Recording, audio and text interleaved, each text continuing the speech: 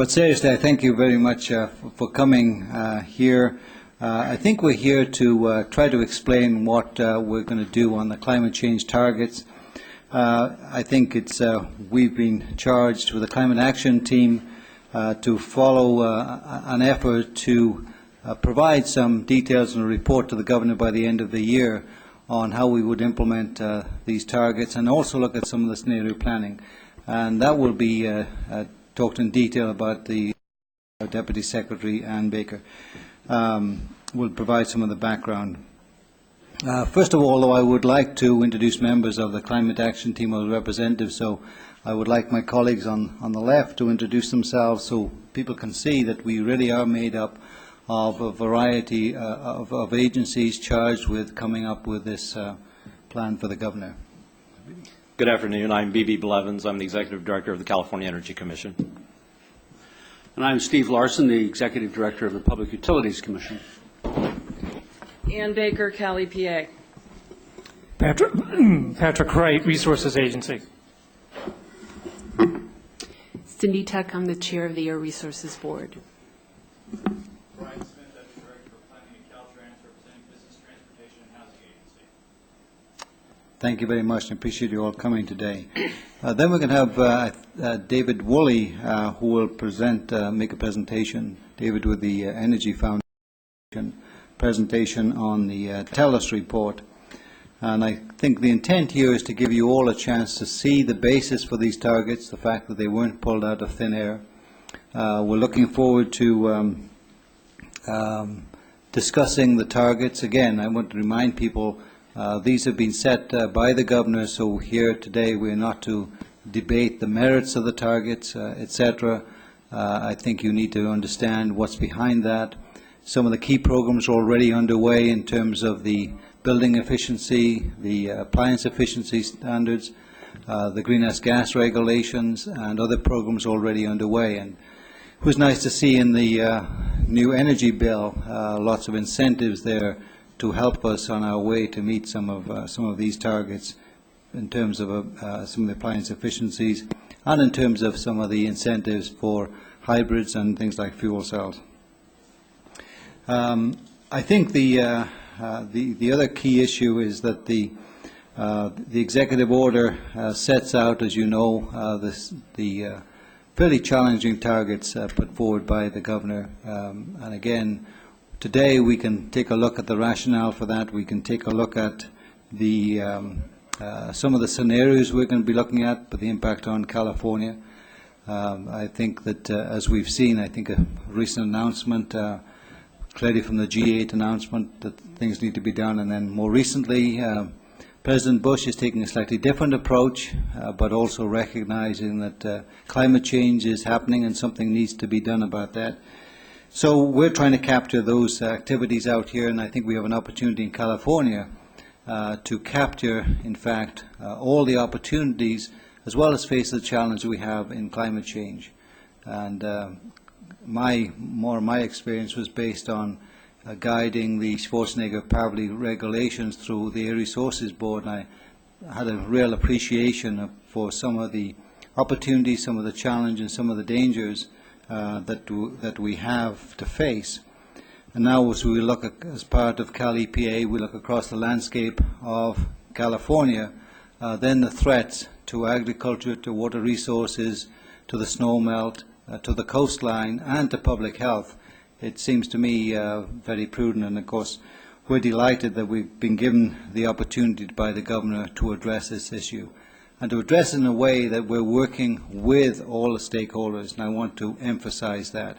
And we'll be working with the legislature because, as we say, we are talking today about what the targets are, the rationale behind that, the opportunities, but then clearly how those targets will be implemented. And that's where we need the input from all of you. Be very, very important.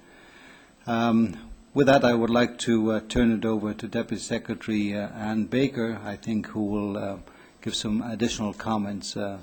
Also, I would say, for me, it's a particular pleasure to be back in the Byron Share. The first time I've been back here as Secretary of Cal EPA. But again, a reminder to me, with Byron looking down, we have a wonderful opportunity to protect the environment, wonderful opportunity also to work together to implement the governor's targets here. Anne? Actually, we're going to have a slight adjustment, and Eileen Tutt, who is the project manager for this, will go through the overview of what the process is and our schedule before we take public discussion of that. Thank you, Anne. Before I go do the overview piece, I have a few housekeeping issues that I need to cover.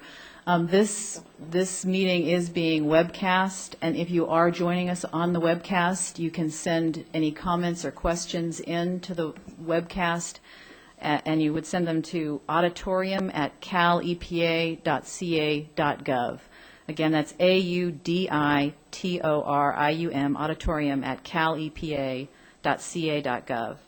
And everyone here, since we are webcasting, everyone will need to use microphones. We have 2 assistants who, during the public comment period, will walk up and down and bring microphones to people, but the only way that people on the webcast can hear us is if we all use our microphones. And I'd also like to say that all of the information for this meeting is actually on the website.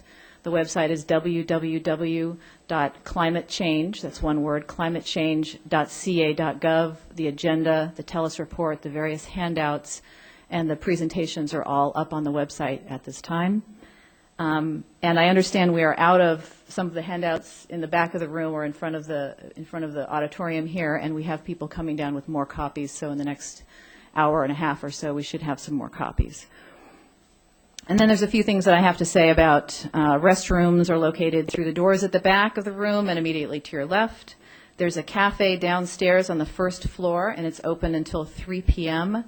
You can bring food and drink into this room, but please use the recycling bins in the back of the room. The room is equipped with hearing assistive devices. Please let any of us know if you would like to use those headphones to amplify the sound. This room has ceiling-mounted fire strobes and horns that will sound in the event of an emergency. Please note your emergency exits now. There's 2 there, I guess, and 2 in the back of the room. And if you exit through the main entrance doors, you will turn to the left toward the restrooms and follow the green ceiling-mounted exit signs until you get out of this building. Should the alarm sound, I don't think I need to tell you this, but evacuate immediately and take all your valuables with you. And we will all help you know where to go, because I'm sure we'll be the first ones out of the room. Okay. With that said, I'm going to start on the overview. So this first slide really, I think, says it all and clearly shows the commitment that this governor has to taking action to address the issue of climate change in California. I think many scientists agree, many California scientists as well as experts in the climate change field agree that global warming is one of the most important environmental issues of our time. And it's very clear that the governor recognizes this and supports the actions that we are all going to participate in today. Next slide. And then the next one. Okay. The science is conclusive. It's clear now, we all, or most of us agree at this point, most experts, most scientists, in fact, the majority of the public agrees, that human activity is altering climate. We all understand that. Our top scientists here in California are at the forefront of the effort to address climate change in California. They are looking not only at the worldwide consequences for climate change, but also some of the regional consequences. Next slide. Because California has so many valuable natural resources, we are particularly vulnerable to the impacts of climate change. And this slide gives you an idea of what those impacts might be and are actually likely to be in the next 50 years. We're looking at a reduction in snowpack of up to 90%. The increase in temperature between 2.2 and 5.6 degrees Fahrenheit does threaten public health and the environment. Rising sea level threatens our agriculture industry as well as our levees and our water quality. The degradation, it's okay. And then lastly, almost pretty much all of these impacts affect our agricultural community and our agricultural industry, which is one of the largest in California. What California does matters. We are known for our leadership throughout the world. And this slide gives you an idea. We are number 9 in terms of greenhouse gas emissions in the world. We emit more emissions than most countries.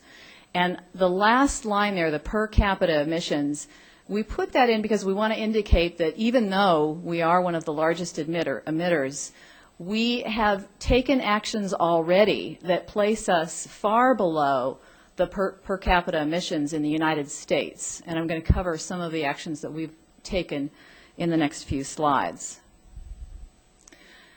Basically, this is kind of the governor said that we will lead the nation. He supports the Air Resources Board's motor vehicle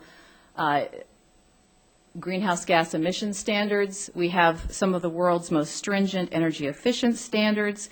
We have a very ambitious renewable portfolio standard, which the governor on June 1st at World Environment Day, when he announced these targets, reiterated his desire to bump that RPS up to 33% by 2020.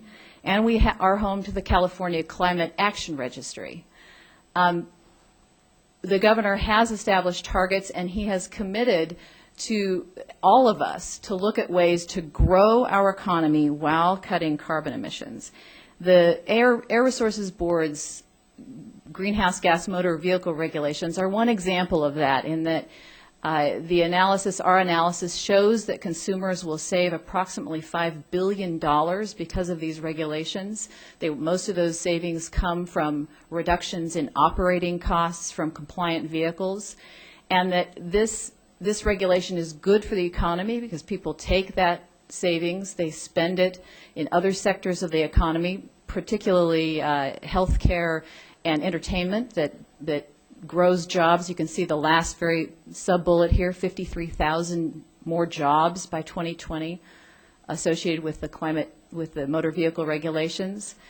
And that the world market potential for greenhouse gas emission reduction technology is we estimate about $180 billion annually. So by taking action now, we are positioning California to benefit from that world market potential. I like this slide because it shows that these are all Fortune 500 companies. They all have voluntarily taken action to reduce their greenhouse gas emissions.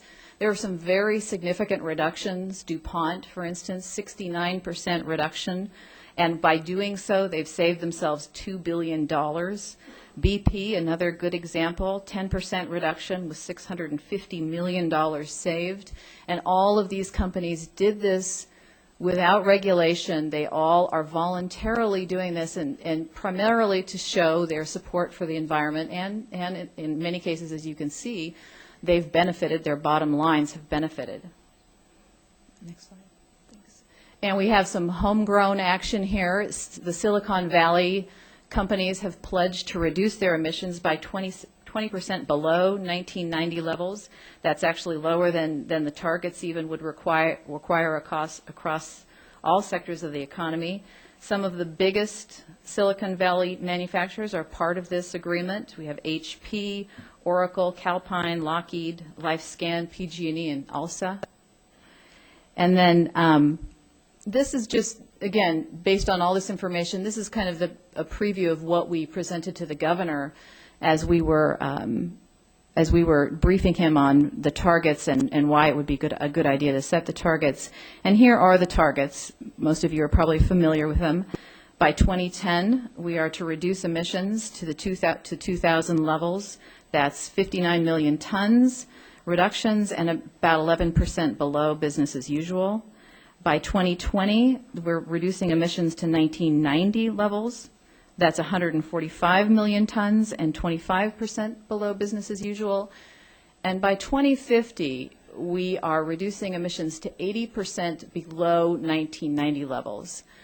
I want to mention here that the first two targets, the 2010 and 2020 targets, were established based on looking at different strategies that California could implement to reduce emission reductions and trying to set targets that we could actually achieve, but that were also very ambitious. So that was an exercise that we went through. Telus will brief you on a portion of that exercise at the end of this report process throughout the workshops, and in the report in January, we'll walk through how we actually will get there.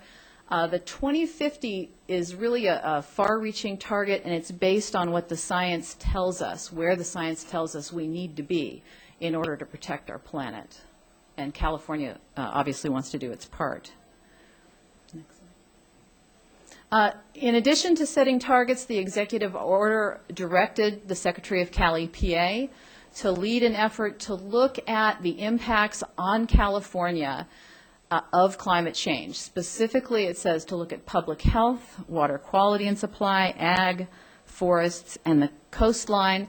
And it should include some adaptation planning. So we are supposed to look at what actions California would need to take in order to best position us to respond to the adverse consequences of climate change. And again, I think I already said, and Dr. Lloyd said, that Cal EPA is leading a coordinated effort. You see some of the climate action team members up on the dais today. We are missing our CDFA member, and he just unfortunately could not make this meeting.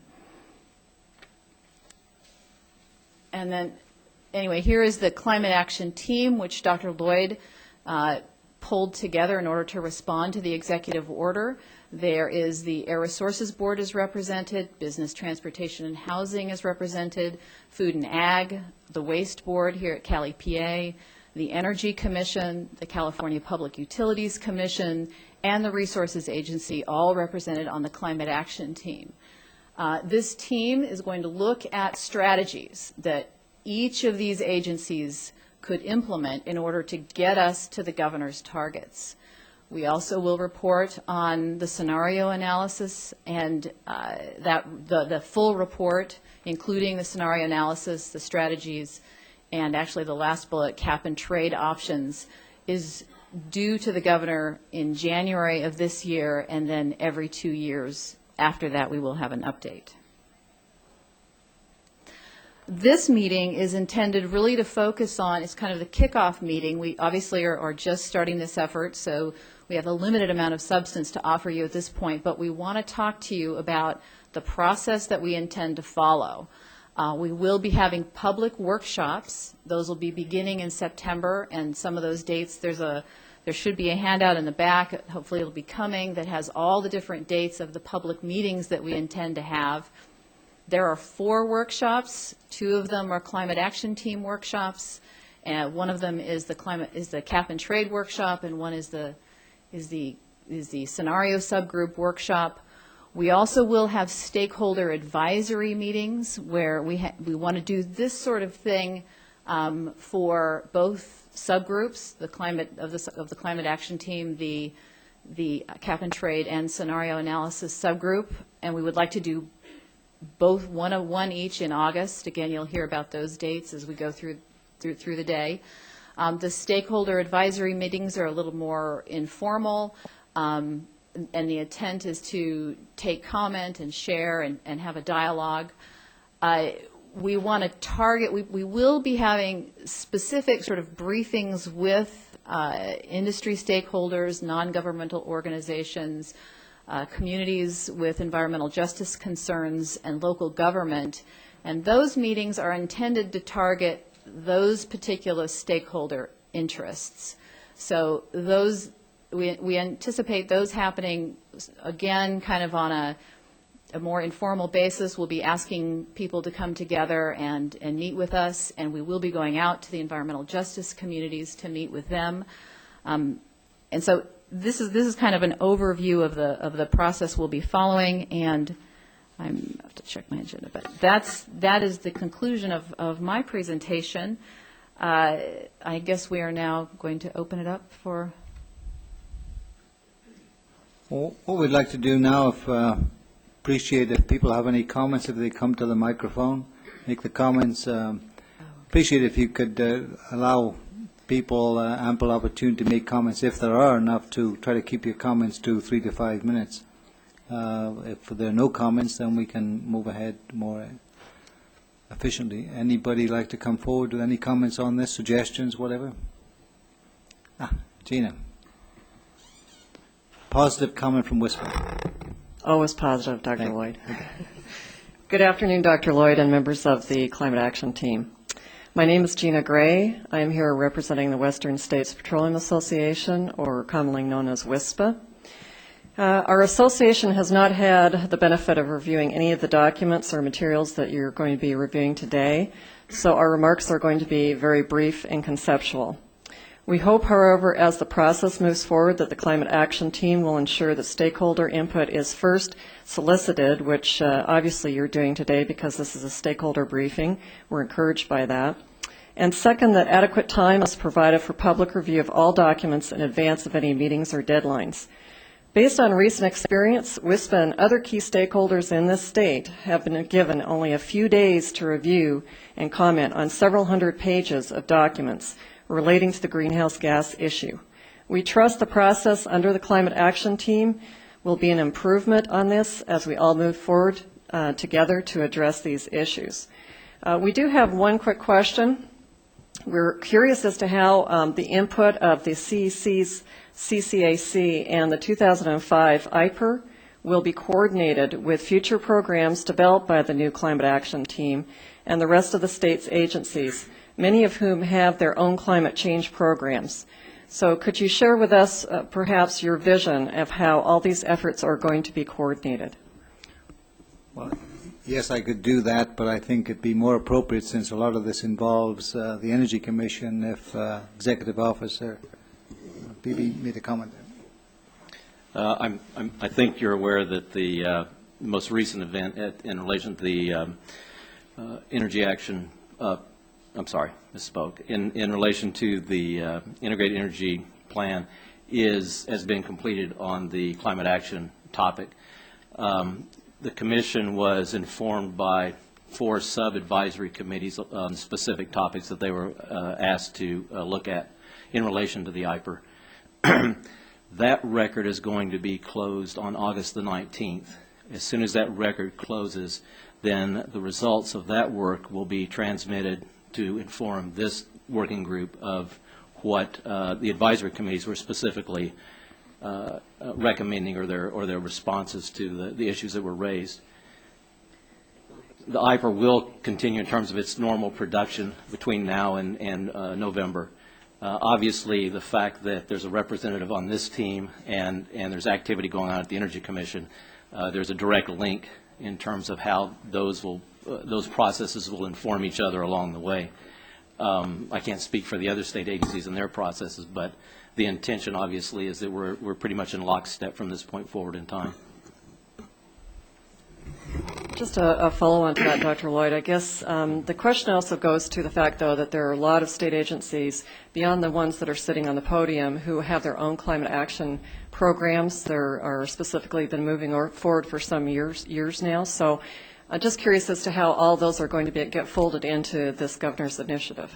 Well, I think we'll try to capture those in this process. I mean, that's clearly what the governor stated and what the governor would expect of us, that the administration speaks with one voice. So if there's somebody we're missing or something that's hiding their light under a bushel, let us know, because we'd like to capture them.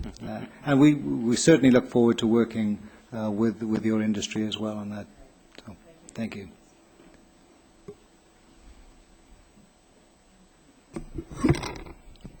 Nancy Skinner, U.S. Director for the Climate Group. The Climate Group would very much applauds the state's action and the governor's announcement of the target, and also the formation of this interagency task force. It's very important, obviously, to have all of the agencies of the state who have bearing on, have the ability to affect greenhouse gas emissions in the state, to be working together to develop the state's strategies on how to address and meet such ambitious targets. We also are very thankful that this process has started, because the kind of timeline you're all working under is relatively short, so more input and interactions, the better. In the presentation that Eileen made, she noted some action by the private sector. The Climate Group is a leadership coalition of Fortune 500 companies, states, other sub-national governments, and leading institutions. And we work very closely with lots of companies who are taking action. And in addition to the companies that Eileen cited, we produced a publication called Low Carbon Leader California, which documents actions by a number of companies that are either headquartered or has significant operations in California. And in addition to some of the companies that you mentioned, Qualcomm, Cisco Systems, Gap, Walt Disney, Intel, a number of others also have either direct greenhouse gas reduction targets or energy efficiency and renewable energy targets, which in effect have a similar consequence as a greenhouse gas emissions reduction target, and also have can demonstrate measurable achievement on those and sizable economic benefits, either to increased economic competitiveness of the business or direct savings in their operations. In addition to those companies that have made reduction targets and are finding it, well, we can cite General Electric CEO Jeffrey Imholt, who's recently come out and indicated that GE is looking at all aspects of, in effect, making GE a leader on climate protection, not so much because he wants to be an environmental leader, but because he sees the business opportunity related to it. So the other thing that we did in a very, in just a synopsis type of form, was to try to begin to document that economic opportunity of those businesses that get ahead of the curve in terms of trying to move us to that low carbon future. And the state of California has obviously played a very important role in that. The Energy Commission's peer grants have brought over 33 in effect, clean energy or low emission technologies to marketplace. And there is much business activity in California that is, in effect, getting ahead of that curve and moving forward on developing of cleaner fuels, cleaner energy, cleaner systems, cleaner technologies, the whole gamut that we're going to need to be able to meet the kinds of targets that the governor has announced. So I think that we're here mostly to tell you that there are economic opportunities, there is strong business case for this action, and there are lots of the business community who both support it and can demonstrate the benefits that they've achieved. Thank you, Nancy. And again, one of the impressive numbers I saw in that report, 170,000 people involved with renewable energy in the state currently, and obviously growing. Impressive. We're going to turn this podium around, but while we're doing that, we can maybe do the microphone so people can keep commenting. Thank you.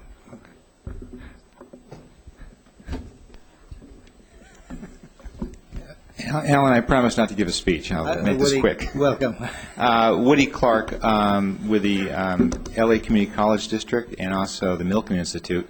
And I've given speeches. I think most of you on the podium have heard these before, so I'm not going to do that. I have some questions and comments.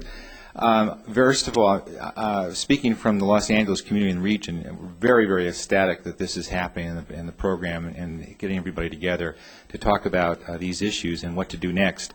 But I just have a couple of questions and comments, perhaps that you might address later or already have thought about, but I think many in the audience might also resonate towards this. One is, are you planning on having some of these meetings regionally, that is to say in Los Angeles, San Diego, perhaps in San Francisco, and even Humboldt County? Are you planning on doing something like that rather than just here in Sacramento? I know the logistics is difficult, but I am able to at least make an offer, so I just don't have a question. And that is, I think the Milken Institute might be very willing to host one of these meetings in the Santa Monica area in Southern California. The second thing is that... let's see if Ann wants to answer that one. Okay, sure. I said no to Humboldt. Say no to Humboldt? It's my favorite place to go. Yeah, mine too, but, we have not picked which meetings will be where. There is an intention to get out and around the state. And my guess is that will be, as we're working out logistics, we'll be back in touch with you about going to Great. the southern part of the state. Great. Appreciate the offer, though. Yes. The second thing I wanted to ask, though, related to that, is someone is asking the question about state agencies, and here we have the administration. I was curious if you were having other state elected agencies, like the Superintendent of Public Instruction's office, the Treasurer's office, CalPERS, CalSTRS, other organizations that have a direct way of implementing some of the things that this group would be suggesting. Okay, I'll leave that for later, Ann. No, at this point, it was getting together the administration's folks. I mean, we have the PUC that's an independent commission, we have the ARB that's an independent commission, we have the CEC, which is an independent commission, and I think we're working on getting the administration moving in one direction before we move to perhaps the next phase of this. I think you'd find a lot of allies along the way. And the last question is where I think there might be not an answer at this point, but it was clear to me in the presentation that Ellen gave is that there is a pathway that we're following in California that will be confrontational sooner than later with one that's coming from Washington. And it might be suggested perhaps to begin a dialogue with U.S. EPA out of San Francisco and others to at least have some kind of understanding and planning together. I don't know if you've already done that, but just a thought. We are discussing that, and I was back in Washington this week and discussing these issues. And again, I don't, maybe it appears that there's confrontation, but I think there's a lot of areas where, in fact, we can be working together. And you know some of those. Do you want us to bring some of the scientific reports back to Washington for the Congress? Would you like to? If you think, yes. Yes. Anybody else here on this phase? Okay.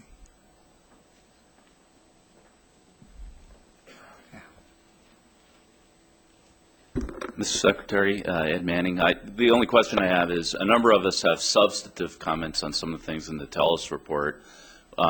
We'd like to hold those back until you have a chance to present, if that's satisfactory with you. Okay, thank you. No, that's why, Ed, we haven't presented.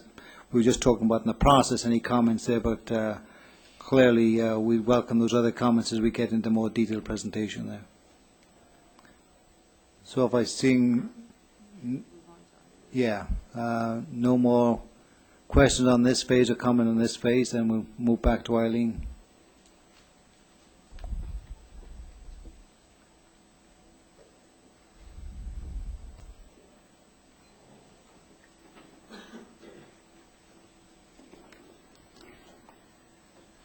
Thank you, Mr. Secretary.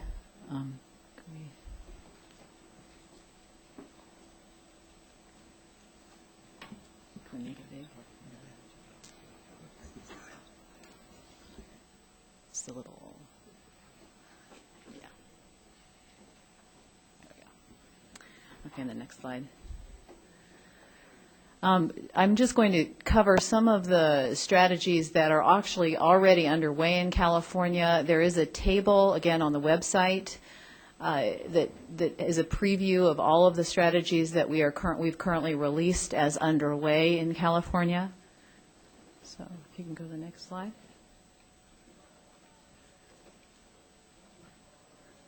Is it not? We're having technical difficulties.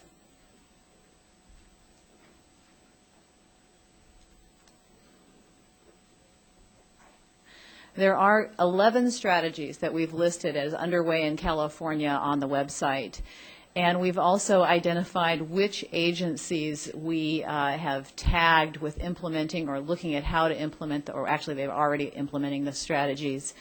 We have estimates of reductions for all of the strategies on the website and listed on this table. But I should mention that there's a couple, notably really the Waste Board's zero emission recycling or high recycling, zero waste program, where we're still kind of refining those numbers. The green buildings number is still being refined because we want to ensure against double counting, as Mr. Blevins is familiar with that issue.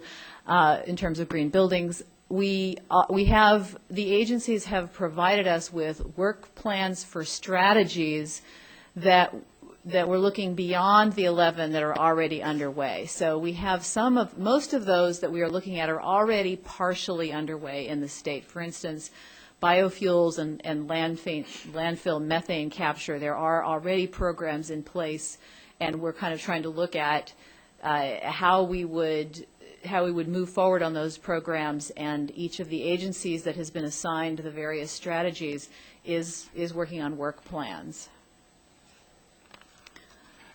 I kind of refer to this slide as the three legs of the stool slide. We have some cornerstone strategies that are already underway in this state, and we really are recognized throughout the world for these efforts. The first listed here is the Air Resources Board's greenhouse gas motor vehicle regulations. These regulations address the largest source of emissions in the state, and they reduce emissions by 30% from all light-duty and medium-duty vehicles by 2016. So significant cuts in emissions from, again, the largest source of emissions in the state. Efficiency measures, both the PUC and the Energy Commission have worked together, and we have efficiency measures in this state that really do lead the world. And despite the fact that our houses are getting bigger, our refrigerators are getting bigger, our energy demands are getting bigger, California has a flat per capita use for energy use per capita over the last 30 years.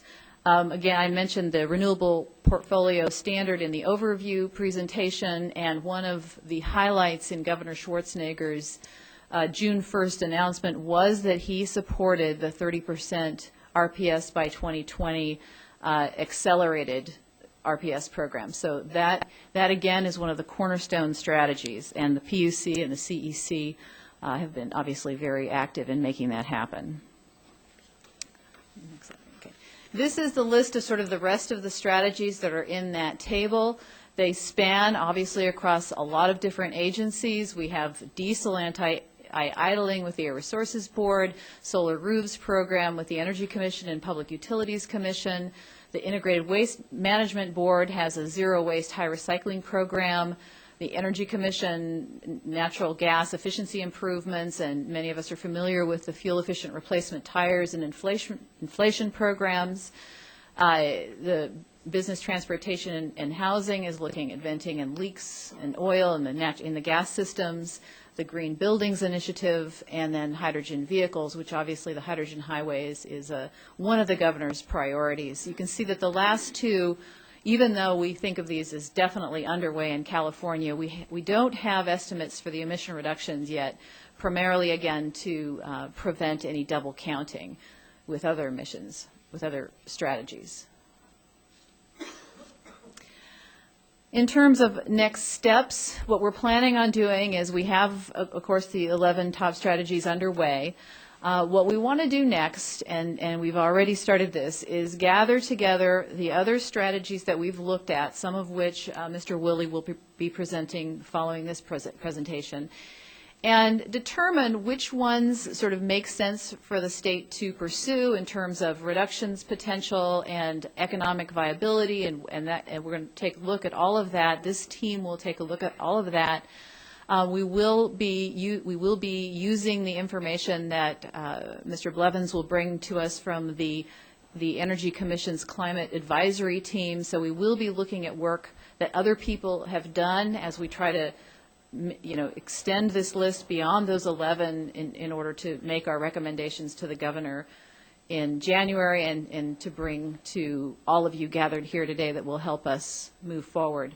The first public workshop of the Climate Action Team is currently scheduled for September 29th, and we will be having stakeholder advisory meetings as well. Again, these are meetings where we'd like to pull together specific stakeholder groups. As Gina mentioned, we would want to get together industry groups, particularly oil and gas and other industries, and make sure that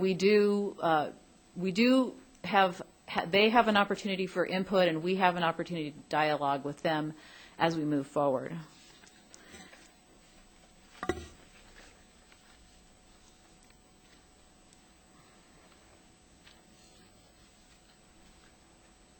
Thank you.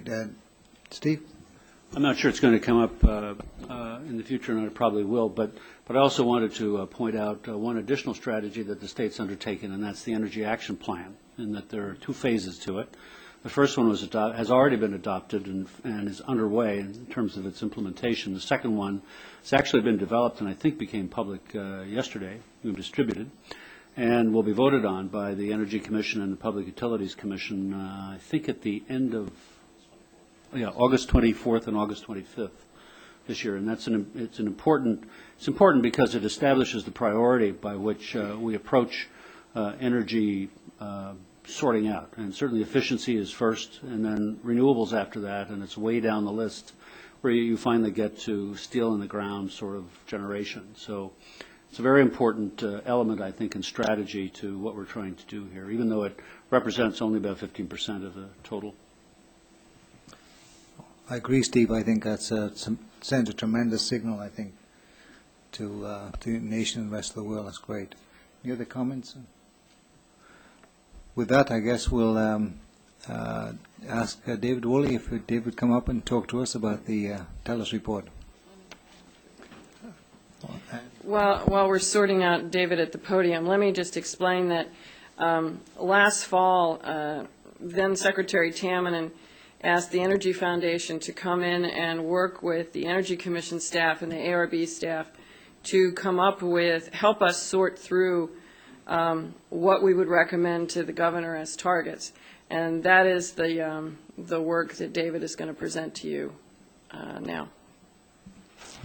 Good afternoon. I'm David Woolley. I'm Vice President for Domestic Programs at the Energy Foundation.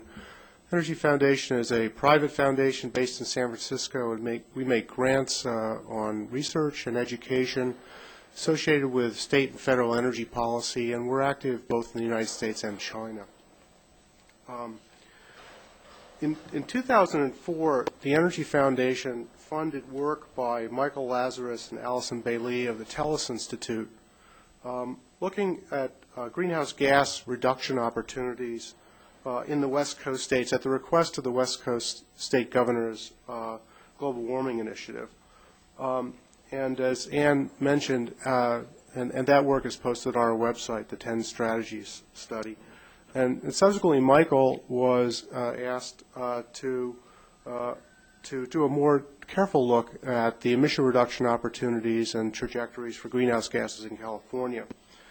Michael has over 15 years of experience in climate policy and research. He's a member of the CDM panel on the implementation of the Kyoto Protocol. He's engaged in climate protection planning in the Northwest, Southwest, and Northeast United States.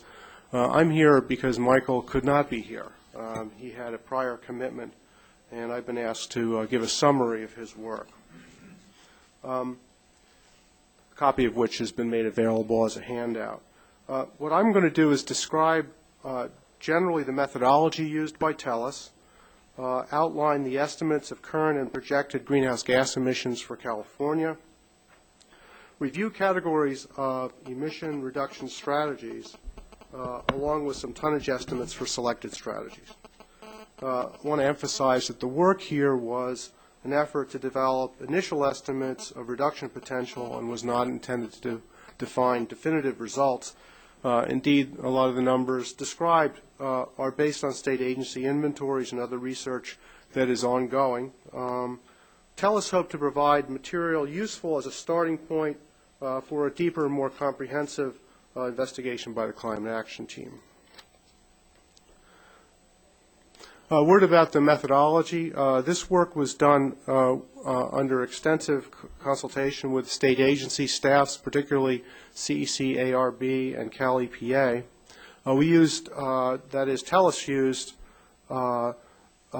agency data whenever it was available, and this is a list of some of the, just a selection of some of the data that was used in the TELUS work.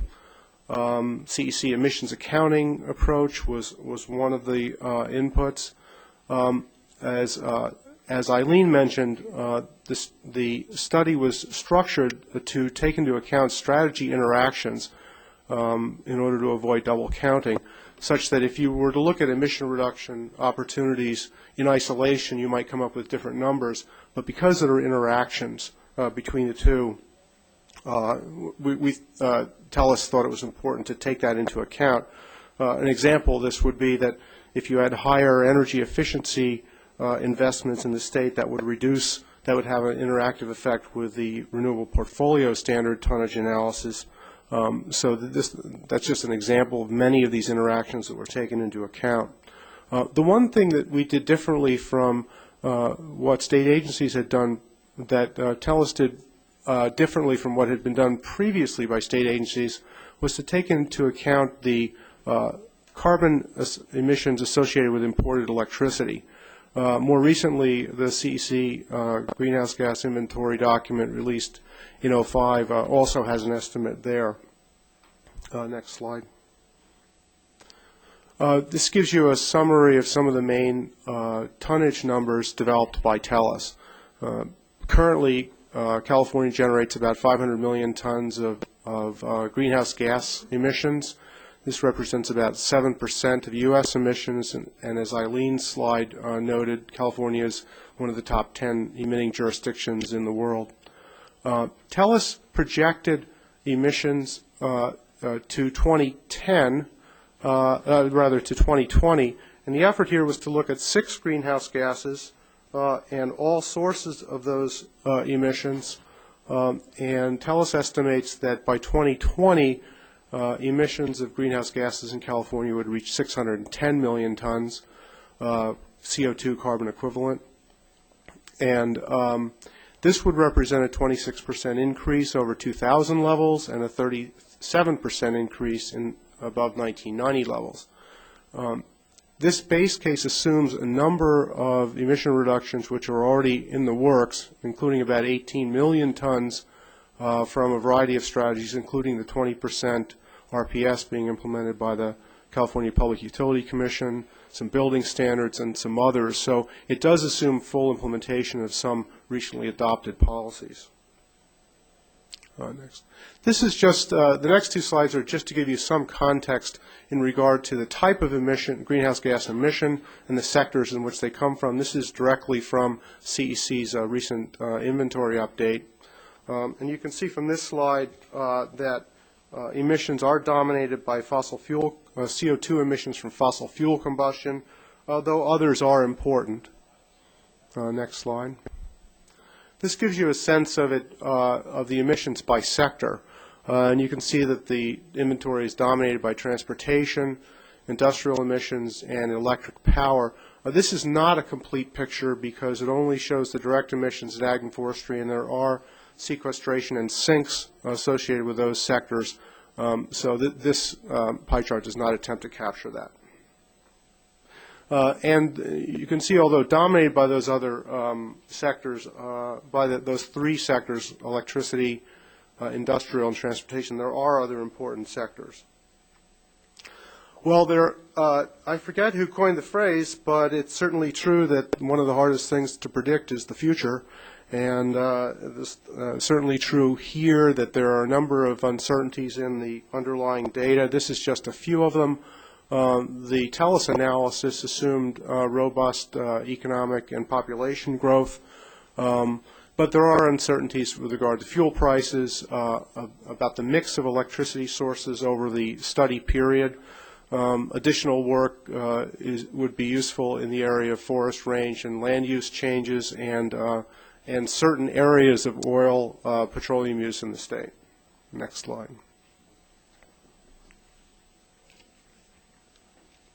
TELUS developed a list of potential greenhouse gas emission reductions, and they fall into basically 3 categories. The first, which I'll call recently underway, are adopted policies that are early in the implementation phase, but for which there's relatively good estimates of the emission reduction potential. An example of this would be the California Public Utility Commission's energy efficiency goals through 2013. The second category are strategies under consideration, and These are expanded or new policies having relatively good reduction potential estimates. And again, I'll use an example from the California Public Utility Commission. In regard to savings targets, the potential to extend savings targets through 2020 for energy efficiency, end-use energy efficiency in the electric sector. A third category really represents general areas for further exploration. These are areas for which either the estimates were not as clear or the policy path was unclear. And because additional work is needed here, the long-term strategies are not addressed in the TELUS report. This attempts to show graphically how the emission reduction strategy groups relate to the targets announced by the governor on June 1st. The green circles represent the governor's greenhouse gas targets. The one to the far left is the target of meeting 1990 emission levels by 2020, and you can see the 2020 emission, what 1990 emission levels would look like relative to historic emissions and projected. And the other green circle is the goal of reaching greenhouse gas emissions at the 2000 level by 2010. The top line shows where emissions will go without new actions to reduce greenhouse gas emissions under expected population economic growth estimates.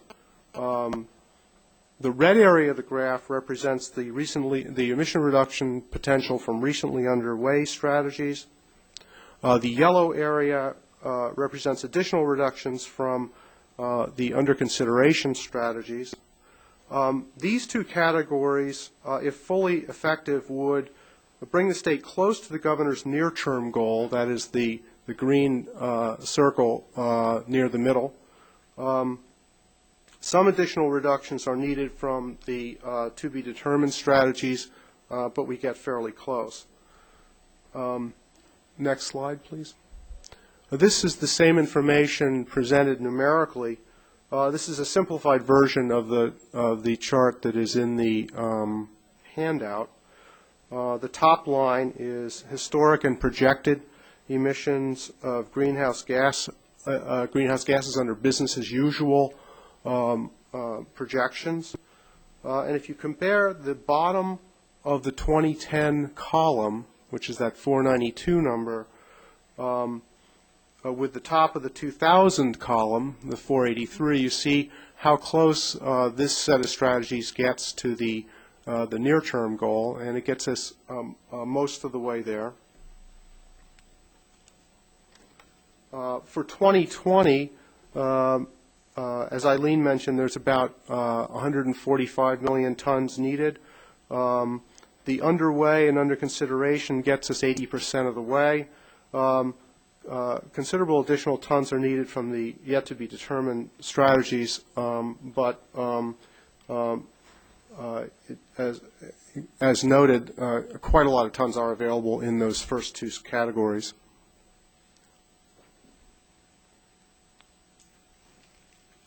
Well, this is a selected list of strategies with the tonnage reduction potential as estimated by TELUS Institute.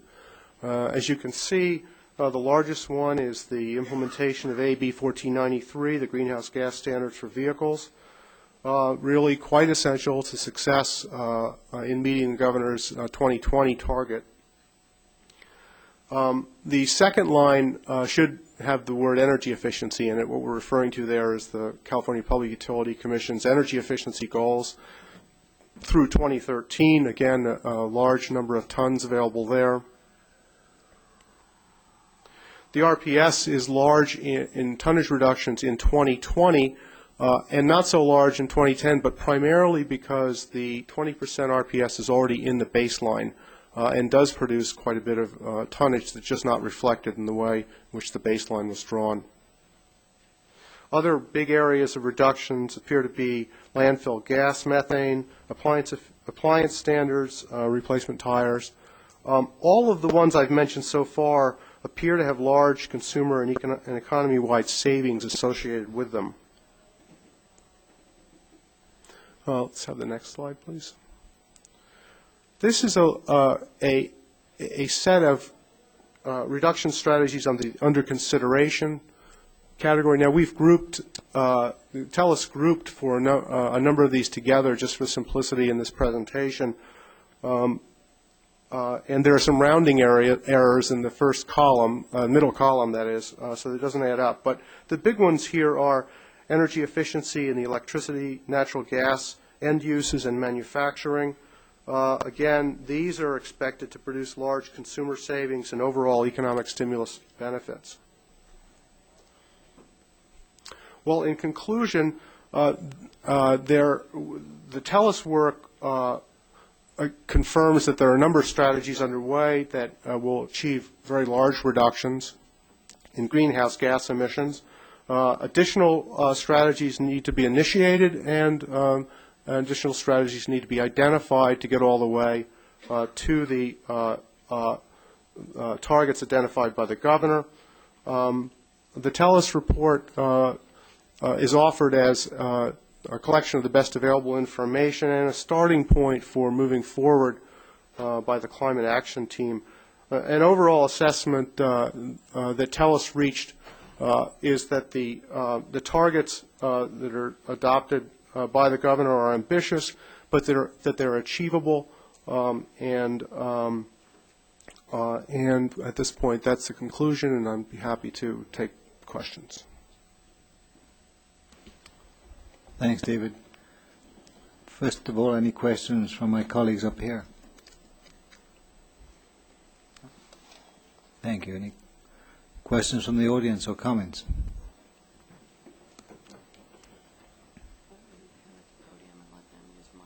Okay, that's a good idea. David, if you could remain at the podium, then we'll pass the mic round.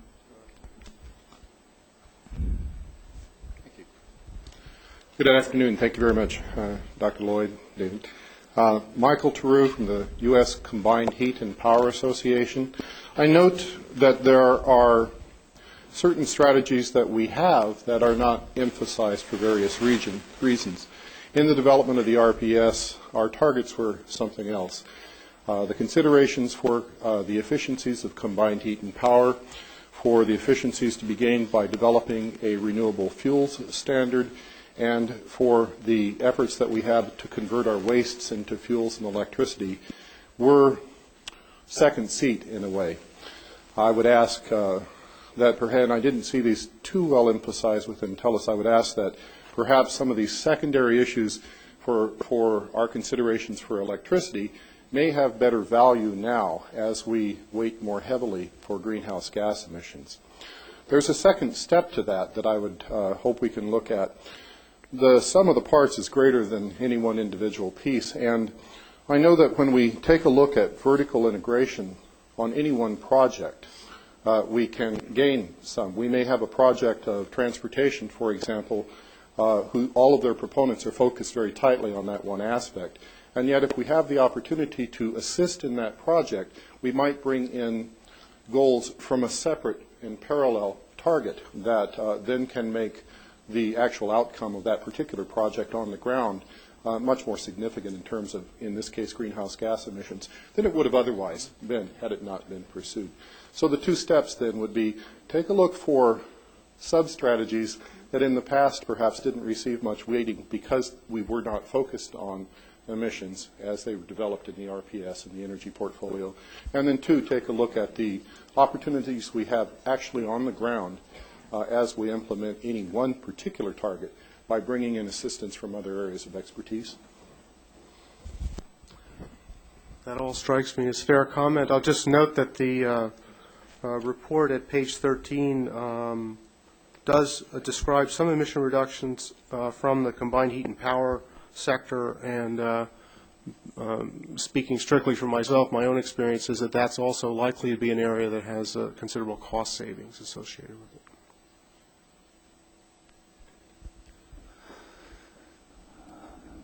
Secretary Lloyd, members of the panel, my name is Ed Manning. I'm here today on behalf of the Rubber Manufacturers Association, which is the trade association for domestic tire manufacturers. There are two specific issues raised by the TELUS report and the document on the website about strategies in which you have a high confidence of implementation. First of all, we are encouraged by and sharing your enthusiasm for the tire inflation piece of the puzzle because based on our polling and surveys, it's very clear that a vast majority of people have one or more tires underinflated, don't understand the relationship between inflation and fuel efficiency, and we have a national program every year in April. There's Tire Awareness Week. We have a national campaign. I wanted to share these brochures with you along with, it's called Be Tire Smart, Do Your Part, which stands for Pressure, Alignment, Rotation, and Tread.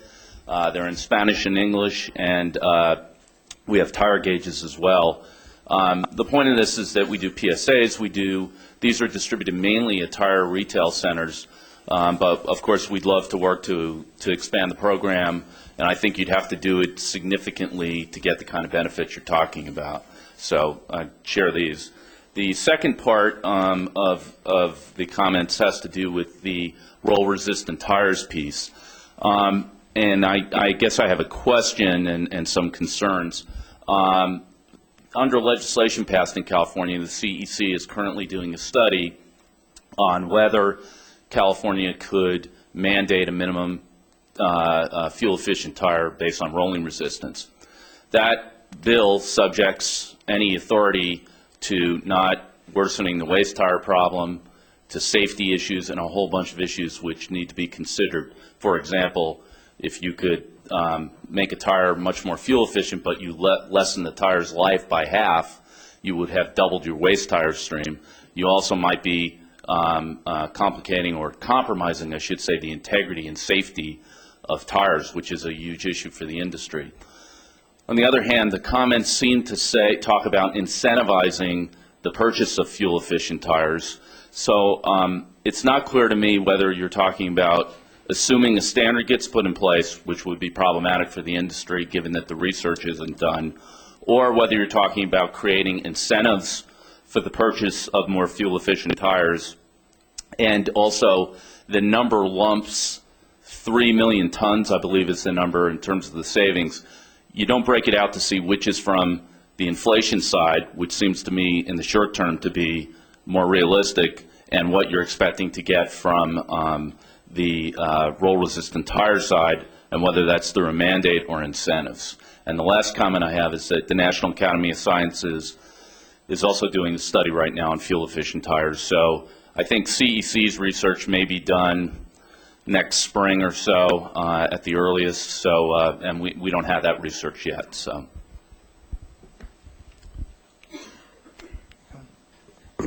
I can confirm that the research is supposed to be completed in 2006.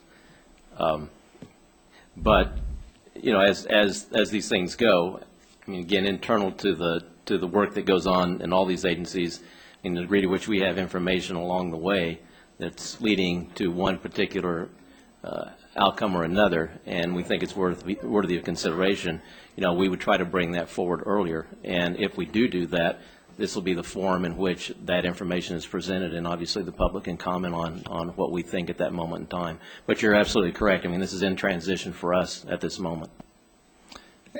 Ed, also, again, I'm pleased to hear your comments, which sound as though they're generally supportive, but wanting to work with us and trying to make sure that we get some of the right data.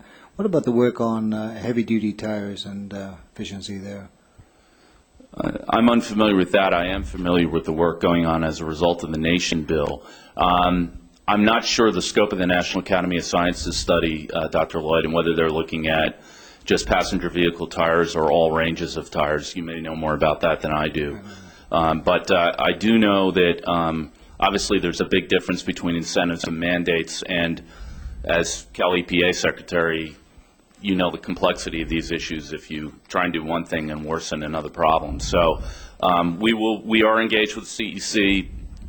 We will be active in this process, but the only caution we have is if you throw a number out there and you say something that you have a high confidence in, it could create some momentum that it's going to end up in a regulatory mandate when you haven't done the studies yet, which are mandated. And we get the discussion part of it, but we just want to be, we were a little bit concerned when we saw the way it was categorized, and so we'd like to talk to you more about what you have in mind. Those things never happen in California.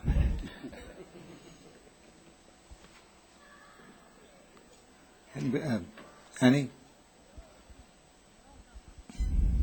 Hi, Ann Nothoff with the Natural Resources Defense Council. I had an initial question about the yellow part of your chart about reasonably or in-process technologies or in-process programs.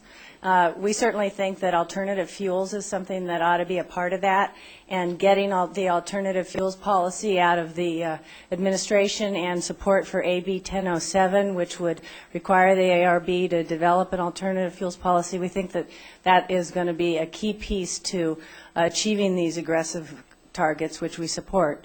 So I wondered if you had factored in alternative fuels or how that fits in there. We certainly think that you ought to take that into account.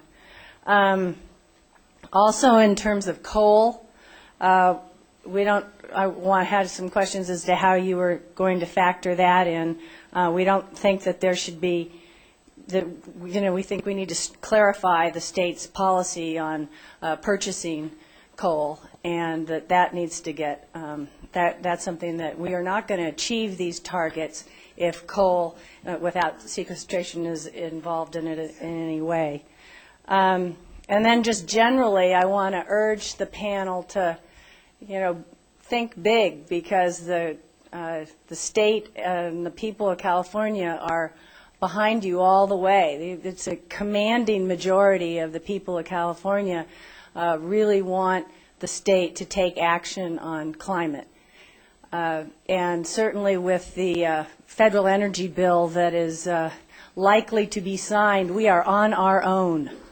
So we urge you to make this happen and make it happen as soon as you can. Thanks, Annie. Well, David, certainly on the coal issue, we're debating that up here, but we appreciate all the work that your colleague has been doing to keep us on the right track there. But I don't know whether Steve or Bibi want to comment on that at all, or Ann. Well, I didn't understand exactly what your assumptions were in terms of coal, in terms of emissions. What role they played in out of state coal. I'm talking to David. And I was curious myself, where did you factor these in, and what did you intend was going to happen in the future in terms of your numbers? The way TELUS approached the coal issue, and I'll get to Annie's question on alternative fuels, if I may as well, was to take a look at first a suite of emission reductions associated with energy efficiency and renewables, and then and there was an estimate as well of what the carbon content of imported electricity was that was developed in consultation with, I believe, CEC. And from that, they ran a model, I believe it was the NEMS model, that attempted to look at what a further carbon reduction in the electricity sector would look like. And there's a brief description of that in the report. So it isn't a coal-specific strategy, but rather it is more in terms of an electric sector strategy that would involve an allowance trading mechanism. I don't know if I follow that. Let's see. Did you say that the coal, that the emissions produced through coal that supply electricity to California, that those are static? Or did you say that the rate of increase in production or use of coal in that, for that purpose is assumed in your numbers? TELUS made certain assumptions after consultation with the state agencies about where emissions in the electric sector would go in the future, and they assumed that about half of the growth in electricity, in the imports of growth electricity, would be from coal and about half from other sources. And it was that was part of the overall business as usual projection. And then the strategies were built up in terms of the strategies then took a look at that in terms of energy efficiency, renewable investments, and then on top of that an additional tonnage was calculated for what they called a carbon sector, an electricity carbon policy. There are a number of ways you could do this, one of which would be an allowance trading mechanism. And they simulated what the effect of that would be by an assumption about the cost of compliance per ton. And it's sketched in the paper. And I'm sure Michael could go a lot deeper on this than I can. Mm-hmm. So it's not a zero emission policy that you assume in the report? No, but I think the result, if I recall, Michael's conclusions were that it would, a carbon sector policy would reduce the amount of emissions from coal-fired generation supplying California. With regard to alternative fuels, there were estimates for hydrogen vehicles, 10% ethanol blending, gasoline, biodiesel blending. So I certainly agree with Annie that that this is an important area, and TELUS did attempt to do some initial estimates in that area. Thank you. Yeah. Mr. Secretary, I'm Scott Smithline with Californians Against Waste. We're a statewide environmental group focusing on solid waste management and advocating for a recycling economy here for the state of California. So my comments will be brief. It's actually just a quick question, and it's focusing on the solid waste management aspect. As far as the emissions from methane from landfills, did you focus exclusively on increased collection systems and increased number of systems and efficiency of collection systems, or is there also aspects of this report dealing with source reduction, recycling, composting, and reducing the amount of organics going to landfills?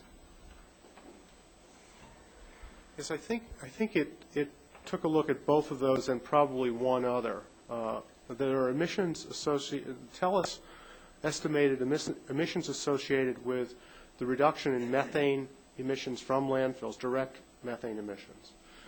They also looked at the offset emissions from the electric sector from the capture and use of that methane to produce electricity.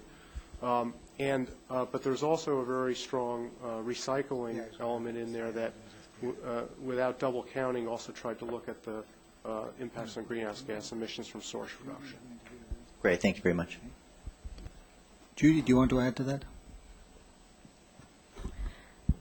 Thank you, Dr. Lloyd. Judy Friedman with the California Integrated Waste Management Board. The only thing I could add is that's correct. Good. Great. Thank you. Do you have any questions also from webcast? Do we have any?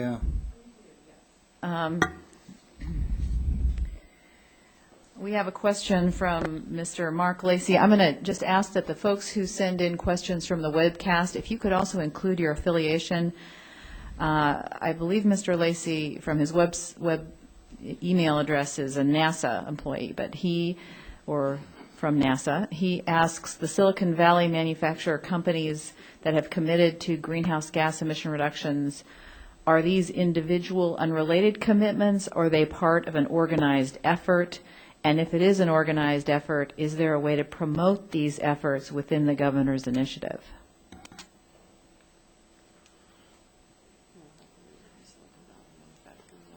Okay. Here we are.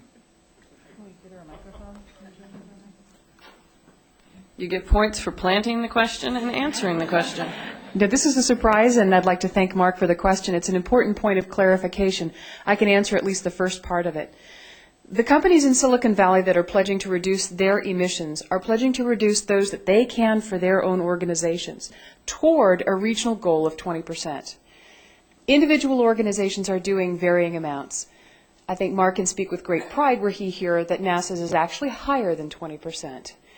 Others have already done extensive efficiency work and cannot reasonably meet a higher goal but are still striving toward a regional goal.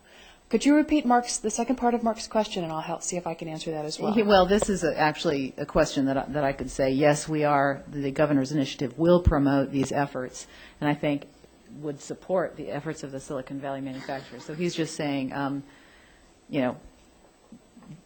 is there a way to promote these efforts within the governor's initiative?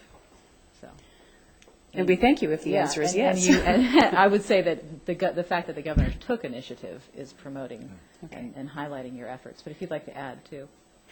Nothing further, but actually from the TELUS work, I actually do have a question. From all of the significant opportunities that were listed, I'm surprised to note that there isn't anything that's specific to reducing VMT or vehicle miles traveled. There's some great strategies about alternative fuels and alternative vehicles, fuels blending, but what about reducing overall utilization of individual vehicles?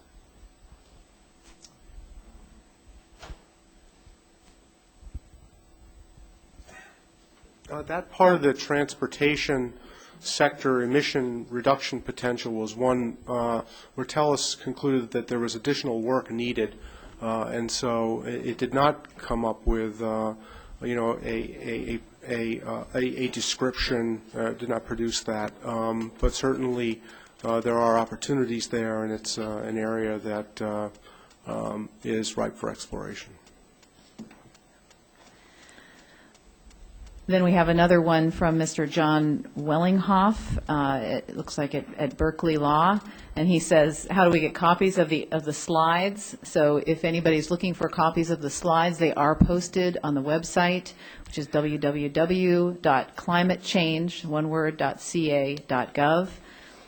And then the other question from Dave Modisette, and it says it would seem an obvious option for greenhouse gas emission reductions would be to simply incorporate these into existing regulatory and inventive programs in the areas of air quality, energy, and transportation. Is that incentive or inventive? It says inventive. I was careful. Okay. Yeah, I think he means incentive, but he does say inventive, which they're both. I guess incentives are inventive. But this option never seems to be mentioned. Is this going to be considered in the evaluation of recommendations? What the question is, to roll it into existing regulatory programs? Existing regulatory and incentive programs for air quality and energy and transportation. And he says that option isn't considered. Well, I'd like to give the new chair of the Air Resources Board an opportunity to speak. Well, I think climate change is in one way like environmental justice. At CalEPA, we're trying to, and at ARB, we're trying to integrate environmental justice into all of our programs. And as we work on individual air programs, we need to be thinking about climate change and the benefits we can get for climate change, as well as our criteria pollutant reduction program and our toxic air contaminant reduction program.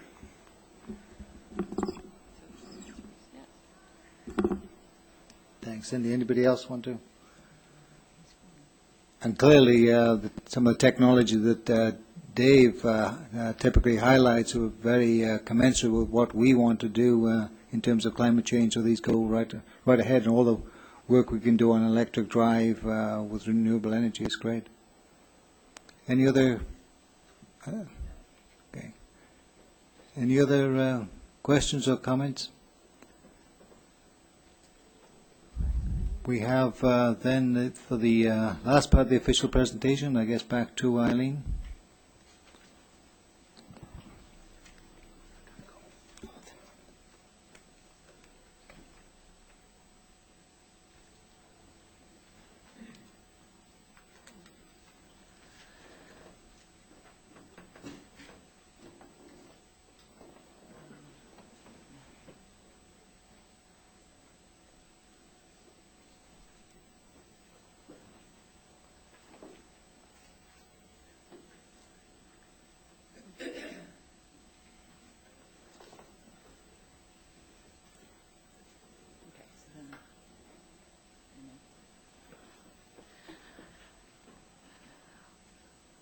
All right. For the climate action team, there are actually 2 subgroups of the climate action team, and these subgroups are made up of climate action team representatives.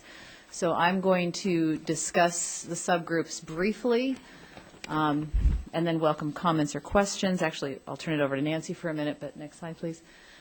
There are 2 subgroups, as I mentioned. There's the cap and trade subgroup, which has gotten a lot of attention lately, and this Energy Commission also got a lot of attention when they looked at cap and trade as an option for California to reduce greenhouse gas emissions. And there is the scenario analysis subgroup. Like I said, these 2 subgroups are made up of representatives from the climate action team, and the Department of Finance also is going to participate in these subgroups. I'm just going to highlight cap and trade briefly because Nancy Sutley will be giving a more thorough or provide a more thorough discussion on where we're going to go with cap and trade in California, or our current direction. There's significant, I would say very significant, government and industry interest in this program. We have invited experts to our briefings, and they have come and talked to us about the programs that they've been implementing. We also are looking at the advisory committee work done by and for the Energy Commission, and we're planning on having our first stakeholder briefing, which will be kind of like this. We'll give you what we have in terms of substance, but we also want to talk to you about the process as we move forward with cap and trade. And that first stakeholder briefing focused solely on cap and trade will be August 29th. The public meeting or workshop for cap and trade will be September 28th.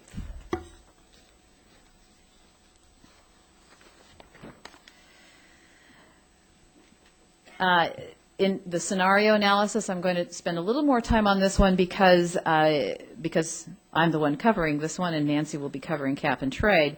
But primarily, this scenario analysis builds upon the Energy Commission's peer public interest energy research program work. And the information that will be contained in the January report will be we're looking at that as sort of a midpoint look at where we are in the CEC's 5-year program. We will be using, we actually are co-sponsoring the Climate Science Program, Climate Science Conference with the Energy Commission in September, and again, we're going to be using that as an opportunity to vet some of the information we've gathered and hopefully gather new information as we pull as much information as we can on the scenario analysis prior to January. It also builds on the National Academy of Sciences work, and the subgroup, in addition to the climate action team representatives, we've pulled in some of the leading climate scientist experts in California to help us with this, and we have a pretty large team of scientists that are participating in this process. The subgroup includes multiple agencies, including the Department of Forestry and Resources, the Department of Food and Agriculture, and the Department of Water Resources, again in the Resources Agency. The impacts analysis, I went through this in the overview, but just to, again, we're looking at public health, agriculture, water availability and quality, coastline and forestry. Again, we have because of our vast and valuable resources in California, we do stand to suffer quite significantly under the impacts of climate change, and this slide I showed before, I included it here because it seemed appropriate in the scenario discussion, but I'll move forward.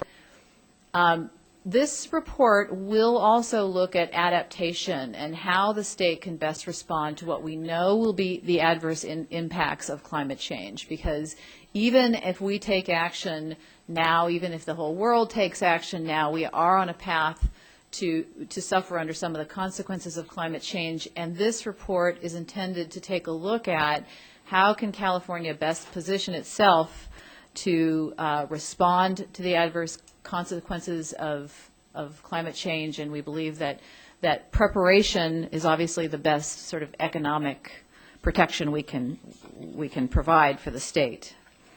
The report will look at the economics of climate change and the economics of the scenario analysis. We're going to look at the costs associated with some of the impacts of climate change as well as some of the savings, if there are any. We want to look at both sides. We're going to look at the costs and savings associated with adaptation, particularly starting early and preparing ourselves versus waiting. We are going to be doing an evaluation of the costs and benefits of the overall program to reduce emissions in California and meet the targets. So we'll be looking at kind of a combined analysis. We've already started some of that work just to give us an idea of the direction we're going with. Most of it will be done by UC Berkeley. We're trying, in order to get an understanding of the broad scope of possible impacts and possible adaptation measures needed, we're looking at two climate models. One is called the Parallel Climate Model, and the other is the Geophysical Fluid Dynamics Laboratory Model. And we have a few modelers in the audience and here at the table with me, so if any questions come up about either of those models, I will turn to one of the experts. We're also looking at two of the IPCC scenarios. The B1 scenario, which is kind of a low emission scenario. It assumes that we cut climate change emissions pretty dramatically, and it's sort of almost what I would call best case, or one of near the best case of emission reductions for greenhouse gases, and to see what the impacts would be under that scenario. And then A2 basically looks at if we continue business as usual with growth in the use of fossil fuels and coal, if we continue on that path, what are going to be the impacts in California? The sort of timeline and schedule here for the scenario analysis is that we're looking at having our first stakeholder briefing specific to the scenario analysis on August 15th. We do intend to have a draft document completed in early November. We are having a public workshop at this point scheduled for December 9th. We would like to get comment after we've gathered all the information. And then we want to make it really clear that we see this report in January as sort of a significant first step. We know that this work, scientific, as is true of most scientific analyses, needs to go beyond January. We respect the CEC's 5-year plan and intend to build upon that. So this report, again, is a significant first step, and we intend to continue it to include and update all the various scenarios and our adaptation suggestions as we move forward and report to the governor every 2 years. I think at this point we're just planning to go right into a more thorough look at cap and trade. So Nancy Sutley will be doing that presentation. Okay, thank you. Until this comes up.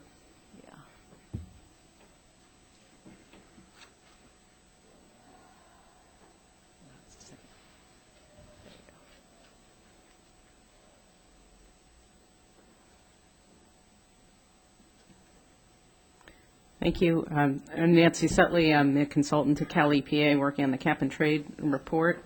If you go to the first slide. The cap and trade report was called for in the June 1st, the governor's announcement on June 1st, and the governor asked for a report from the Cal EPA secretary on options for greenhouse gas emissions cap and trade system. And this report is due to the governor in January 2006. It is going to be an policy options report and not a fully designed program. So there will be a lot of questions that people may have about design that we will not answer by January. The cap and trade working group reports to the climate action team and is made up of staff from Cal EPA, the Air Resources Board, the Energy Commission, the Public Utilities Commission, the Department of Food and Agriculture, Business, Transportation and Housing, and I guess now Finance. Next slide, please. Cap and trade programs can reduce the cost of meeting emission reduction targets by creating a market for those emission reductions. basic cap and trade architecture as an overall cap on emissions. Participants under the cap are then allocated allowances to meet their individual emission reduction targets.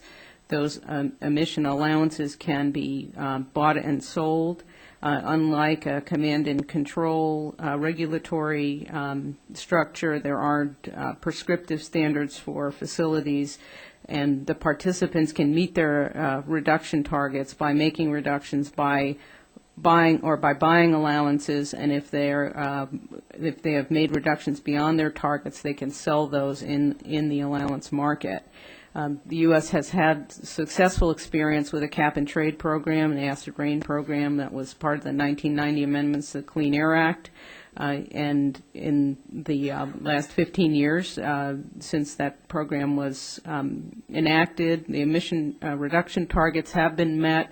I think by all estimates, the reduction costs in the form of sulfur dioxide allowances, those costs have been very low, and the administration costs for EPA have been very low. There are other greenhouse gas emission cap and trade programs either underway or under development. The UK has had an emissions trading program since, I think, 2002. The European Union began its trading program in January of 2005, but it's still a work in progress. And the northeastern states under the regional greenhouse gas initiative are developing a cap and trade program right now. Next slide. The report will examine a number of issues. It will look at the pros and cons of the scope of a potential California greenhouse gas cap and trade program, starting with looking at utilities, investor-owned utilities or all power plant emissions. This is kind of a natural place to start the evaluation.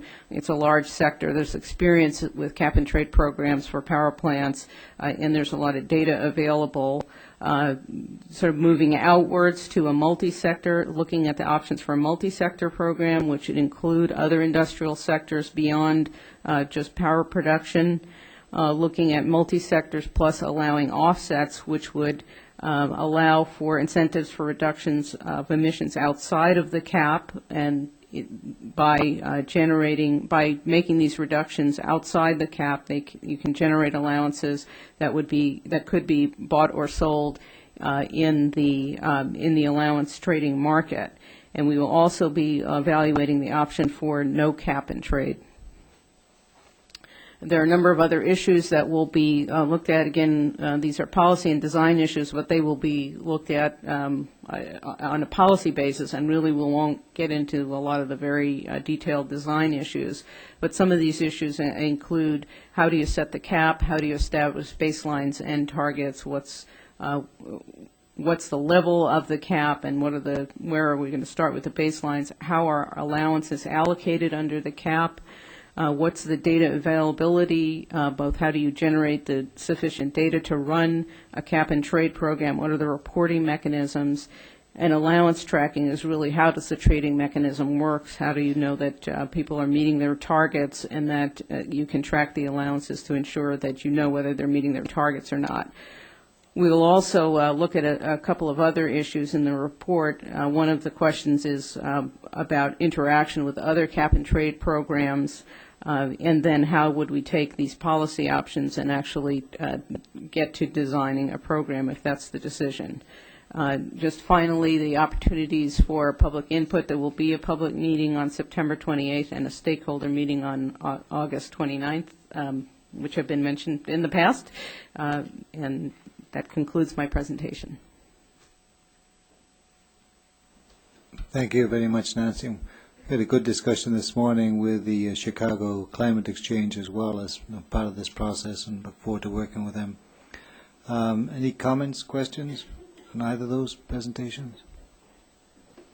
No. Afternoon, Tom. Good afternoon, Chairman Lloyd and members of the panel. I'm Tom Graff, Regional Director, Environmental Defense, and I have a few general comments, and then I want to say one or two things about cap and trade and a little bit about water. which hasn't been mentioned. General comments. It's really heartening to hear the business advocates here today be somewhere between enthusiastic and interested, and not to hear a lot of immediate negativity, particularly Margaret Bruce's comments, I think deserve special commendation. And I just want to echo what Andy Nodoff said about the public here. I think most of you probably read about the Public Policy Institute of California poll, which was released last week. It was just terrific news that 77% of California's residents applaud the Pavley bill and the implementation of that bill by the Schwarzenegger administration. I hope some of the business advocates in the audience take heed of that. And also that the governor's aggressive targets, as announced here, were supported by 69% of California's residents. Now, even though the majority of Californians support what we're doing here, I don't think we should kid ourselves that it's easy. And I know you all know that, and I know the audience knows that, but it's this is a big challenge, and I think everyone needs to kind of roll up their sleeves and try and make that happen. I go back, and I think we should also maybe pat ourselves on the back as Californians. I go back on these issues more than 30 years. A couple of colleagues and I were the ones that first put Art Rosenfeld, now commissioner, and David Goldstein, MacArthur Award winner, on the stand at a PUC rate proceeding in the middle 1970s to start the ball rolling on some of the energy efficiency and renewables investments that now stand us really in good stead relative to many others, particularly in terms of our per capita use. So on water, I just would urge you, maybe, I don't know, you probably can't get anything done by 2020 on water, but 2050 maybe. Some of the largest generators of electricity in California are huge water projects. The Western Area Power Administration, the Bureau of Reclamation, the Department of Water Resources, and they generally sell that power extraordinarily cheaply, number one, so that makes water conservation, which has potentially common benefits with energy conservation, less attractive to those who get the benefits of those subsidies. Also, to the extent that water concerns are central in the greenhouse gas emission effects going forward, maybe we can look at all these water and energy issues together and figure out creative ways, particularly over the longer run, to make a headway on both fronts. And then lastly, I wanted to say a couple of things about cap and trade. Environmental Defense has long been a supporter of cap and trade programs in many different contexts. We were very active on the acid rain front in Washington, both originally in the Congress and with the first President Bush signing the bill, and then in the implementation of that program as well.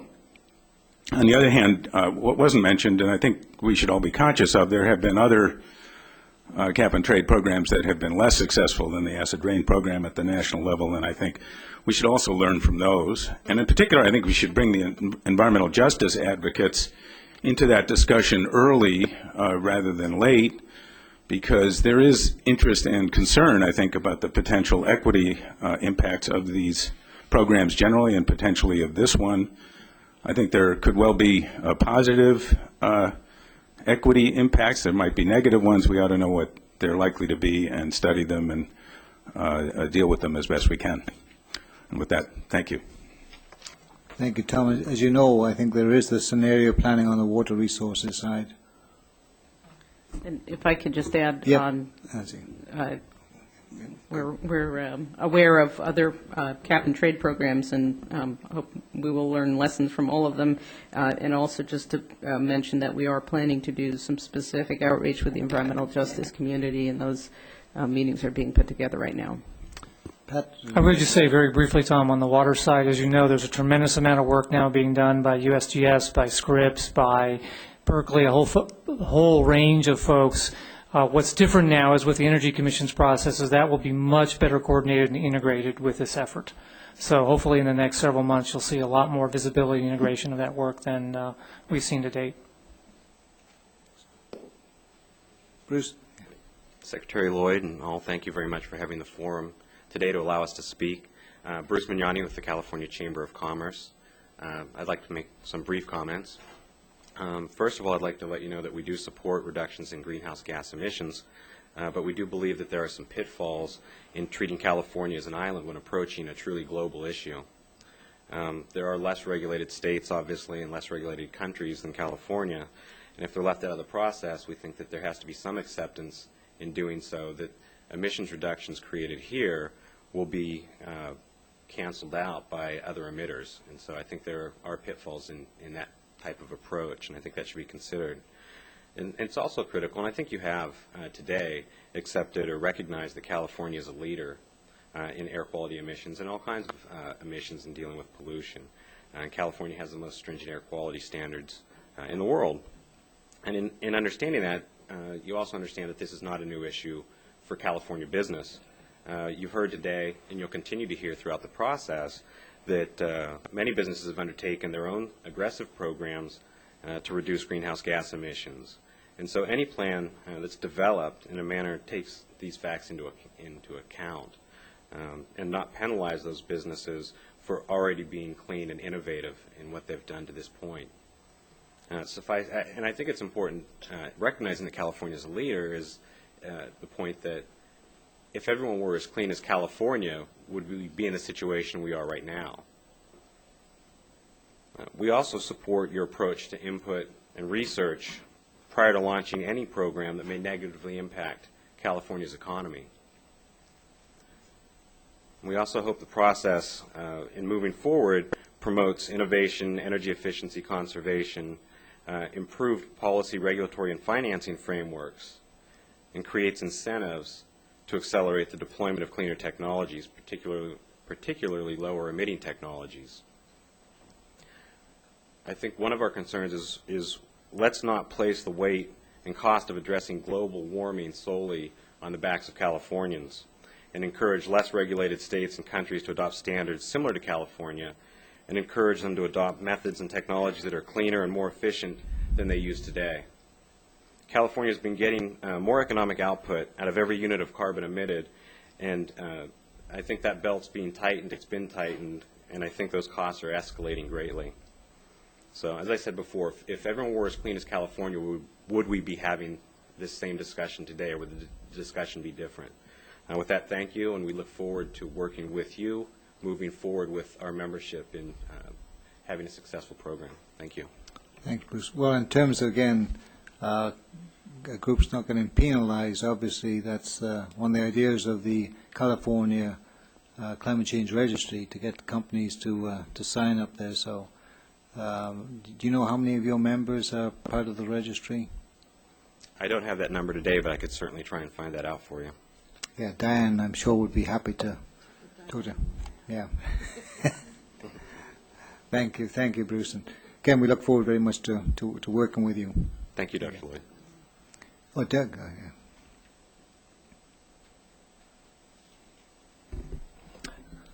Good afternoon. My name is Doug Lenny. I'm here today on behalf of Redefining Progress, which is a nonprofit organization working to promote sustainable economic policies. And we've been involved for some time in cap-and-trade programs and developing cap-and-trade programs throughout the country.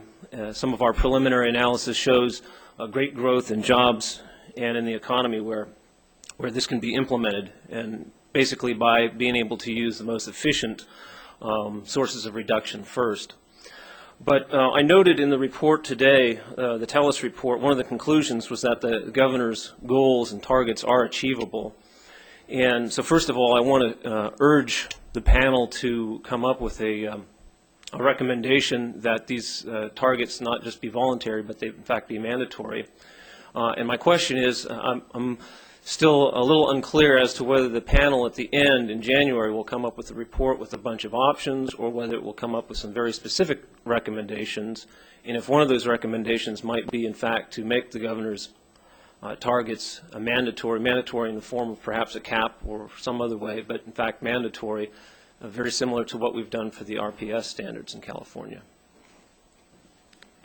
Thank you.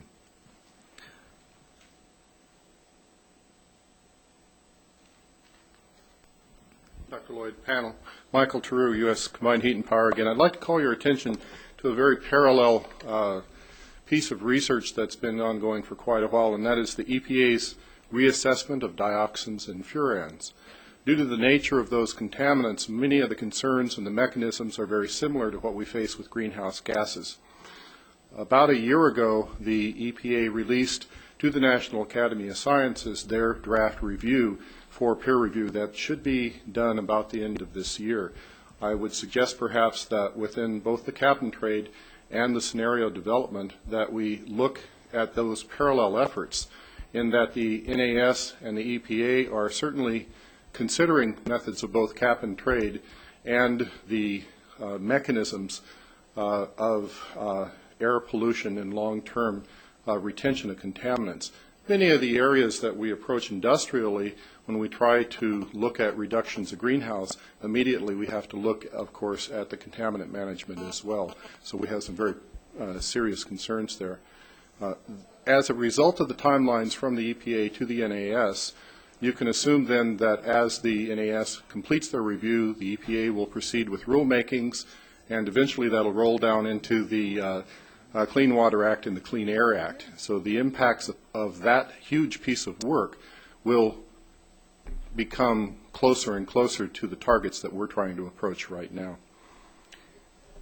Well, thank you for that comment. However, just personally, I could say that I could never equate greenhouse gases to dioxin and furan, and I could never approve a cap and trade program for dioxin and furans. I think that's the direction that they're going right now. That's my personal opinion. Wouldn't. as a chemist and having atmospheric chemist and having interacted with communities, I think it would be a terrible precedent for something like that to cap and trade those. But that's a personal opinion. I look forward to looking at that NAS report. It'll roll your eyeballs back, I must admit. It's very dense. I wasn't trying to give a judgment of what I know you weren't. doing. But I just wanted to go on record as saying You wouldn't want to. The relationship between greenhouse gases and dioxin and furans is a completely different issue. I would ask, nonetheless, that this is a huge piece of scientific research ongoing, and that there are parallels and mechanisms to look at there. No, and that part is certainly worthwhile to take advantage of what they've done there. No, I agree. That part I definitely take a look at. I was asked by my executive board, well, is this good for U.S. Combined Heat and Power's interest, or is this bad? And all I could tell them, well, this is. I can't tell if it's positive or negative at this stage. The other piece, Doug Linney probably thought, well, gee, that was very nice. I asked a question, and all I got was a thank you. So that was partly deliberate to get your reaction to that, because I wasn't sure what you were looking for. But clearly, as we move ahead in the process, that's the type of thing we can look for. I think, as you can see, we're trying to work through this ambitious process here. I would reiterate, I think, Tom's comment earlier. I really appreciate the spirit of people coming forward today, recognizing it's a challenge and to work together. Even since the governor's target announcement, you can see that the reaction it's had globally, but also other things coming together when we have the president now talking with China and India, South Korea and Australia. This is a major topic, and so I think we have a wonderful opportunity working with the likes of the manufacturers in Silicon Valley to look at the economic development. And to my colleagues in the auto industry, who are, as usual, pretty silent on this topic, with some exceptions. But I think it's pretty sobering to look at the article in this piece in the Wall Street Journal article this week, Wall Street Journal, in terms of what's happening in the rest of the globe, China leapfrogging, and to the interview that Jeff Ball had with Amory Lovins. And I think some pretty sobering messages in there that as we look ahead, I don't think we can any longer afford to just not recognize that what we're trying to do in California, trying to reduce greenhouse gases from the transportation sector, is very much what will be required on the global scene. So we hope that, again, we're still looking forward to working with that sector as we move ahead. Any other? Gina.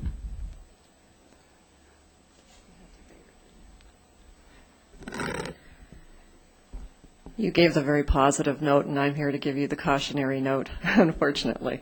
Again, for the record, my name is Gina Gray. I'm here representing WISPA today.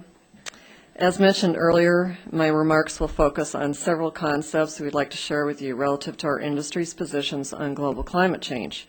We have 4 brief comments.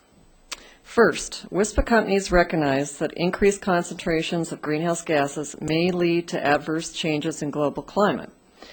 The CEC's climate change work over the past year highlighted there are still many uncertainties, however, about several elements and regional details concerning climate change. These uncertainties reflect the imperfect scientific understanding of how the climate system responds to increasing greenhouse gas emissions. To address this, CEC staff embraced the concept of adaptive measures, which I saw mentioned in today's presentation, and indicated that the identification of these measures in the medium and long term should be a priority. Given the uncertainty of the science, using adaptive measures to provide some flexibility seems like a good concept. Second, the issue of climate change is by its very nature a global issue that WISPA believes should be addressed on a national and international level, similar to, I guess, Bruce's comments earlier. We are concerned about any action taken by the state of California to implement policies on a state-level basis that should be managed at a national and international level. WISPA believes that local or regional efforts conducted independently are often not implemented consistently. These types of efforts can result in inequities between in-state and out-of-state investment opportunities and business financial results.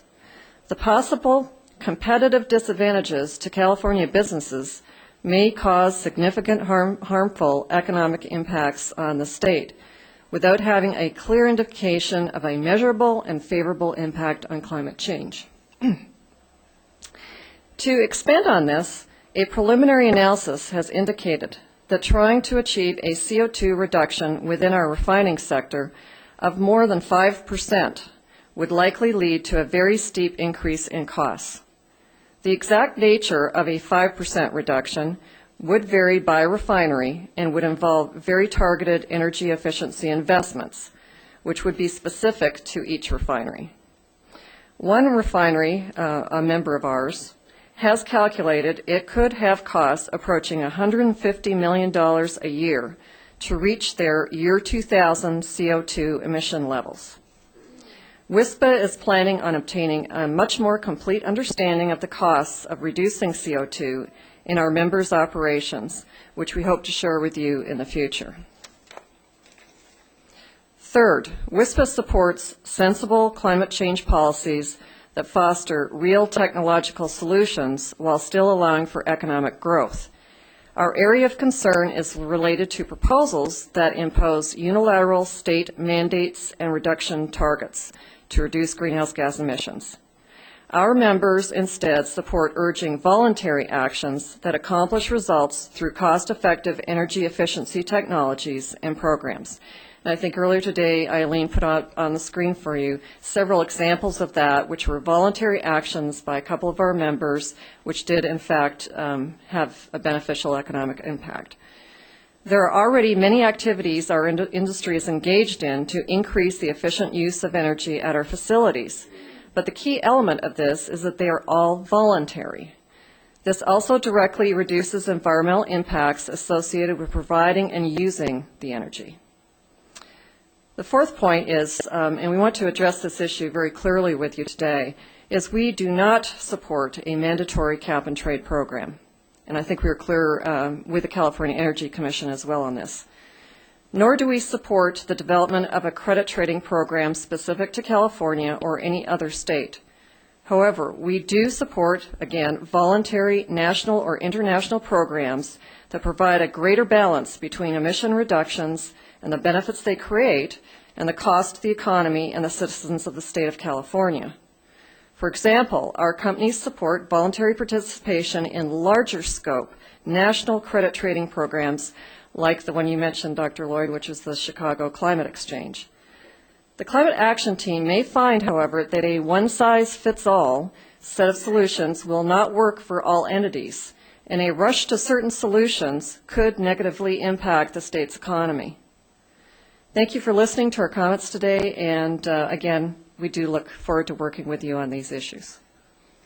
Thank you, Gina. Yeah, and clearly we look forward to working with you. I must say, as an aside, of course, it's a little bit difficult to have much sympathy on costs when your profits are where they are. But maybe things will change. I don't think we'll touch that one today. Thank you. Yes. Michael. Good afternoon. My name is Michael Walsh. I'm with the Chicago Climate Exchange. I would like to address the remarks that were just made by the prior speaker. We would welcome participation in the demonstration effect program that Chicago Climate Exchange represents by your members, because participation in that program by any one of your members would represent participation by the first oil and gas company. So we have encouraged participation by your sector and have had no luck. So I'm not sure that that's a very valid presentation to make to the audience today, given the entire absence of participation in the program and the open door policy we've had to the sector. Secondly, I would like to disassociate ourselves from those remarks if anybody was to interpret the existence of Chicago Climate Exchange as an intent to substitute for policy measures that California or the United States or the international community would wish to pursue. We are here to help learn, to demonstrate, and to test and refine protocols, not to displace public policy initiatives. Thank you. Thank you very much.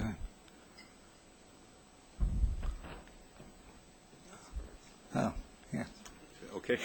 Ben Oshinsky, ECD Ovonics. Very brief comment. It seems to me that someone's economic cost, say $150 million for that refinery, is going to be someone else's economic benefit, because that is going to be spent as investment, presumably in technology or services or goods. The question is to keep it in California, perhaps. Thanks, Ben. Woody? Woody Clark, I guess I just can't resist giving a little bit of a speech. All right. I'd like to take exception with a couple of speakers who are speaking for associations of business community. And I think that's one of the dangers of having these meetings here in Sacramento, because I know for a fact a number of members of the associations that were referred to are actually actively involved with the kinds of issues that have been addressed and presented here today. Some of them have conducted major research projects that they've kept private and internal in order to share this information, how they can achieve those ends. In that context, I want to actually make some suggestions. One of them is that a few years ago we had done a policy study called California's Next Economy. And in it, sustainable development and exactly what's being proposed by the governor was one of the growth areas dramatically in terms of jobs and business creation, expansion, and entrepreneurship and new ventures. And I would strongly suggest that instead of negatively impacting the economy of the state, this is a positive sector, a positive way to grow.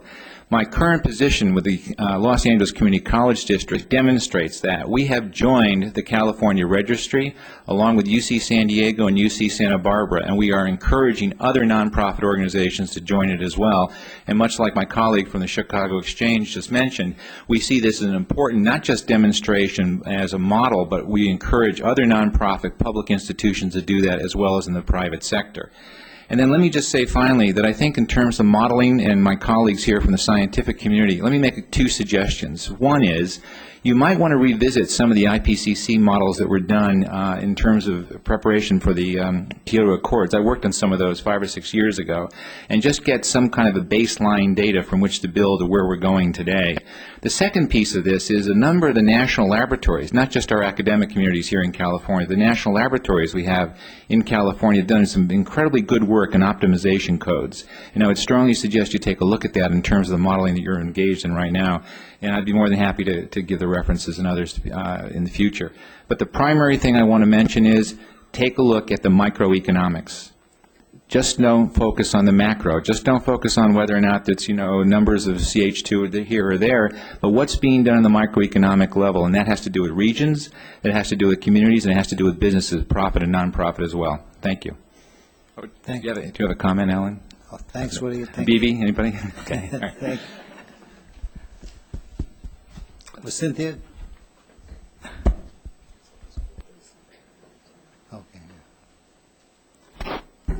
Secretary Lloyd and members, Cynthia Corey, California Farm Bureau. Just a quick comment.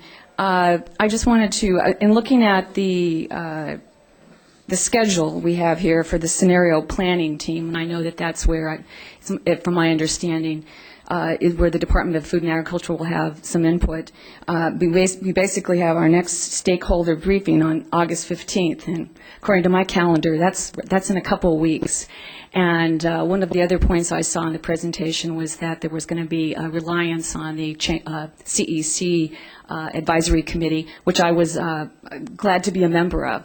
But in our process there, we had to have a quick turnaround, and I just want to caution that some of the analysis, especially in the agricultural sector, was from outside California, and I don't think it reflected a full understanding of the emissions and the regulations that are coming down the pike, in the air districts regarding engines and some of the net metering challenges we have. So I want to encourage. I feel comfortable that I'll be able to work with the Department of Food and Agriculture, but I just want to caution that if we have to utilize some of this information in the next 2 weeks, that you recognize that maybe we need to have a little bit more California input from scientists and regulators on the analysis.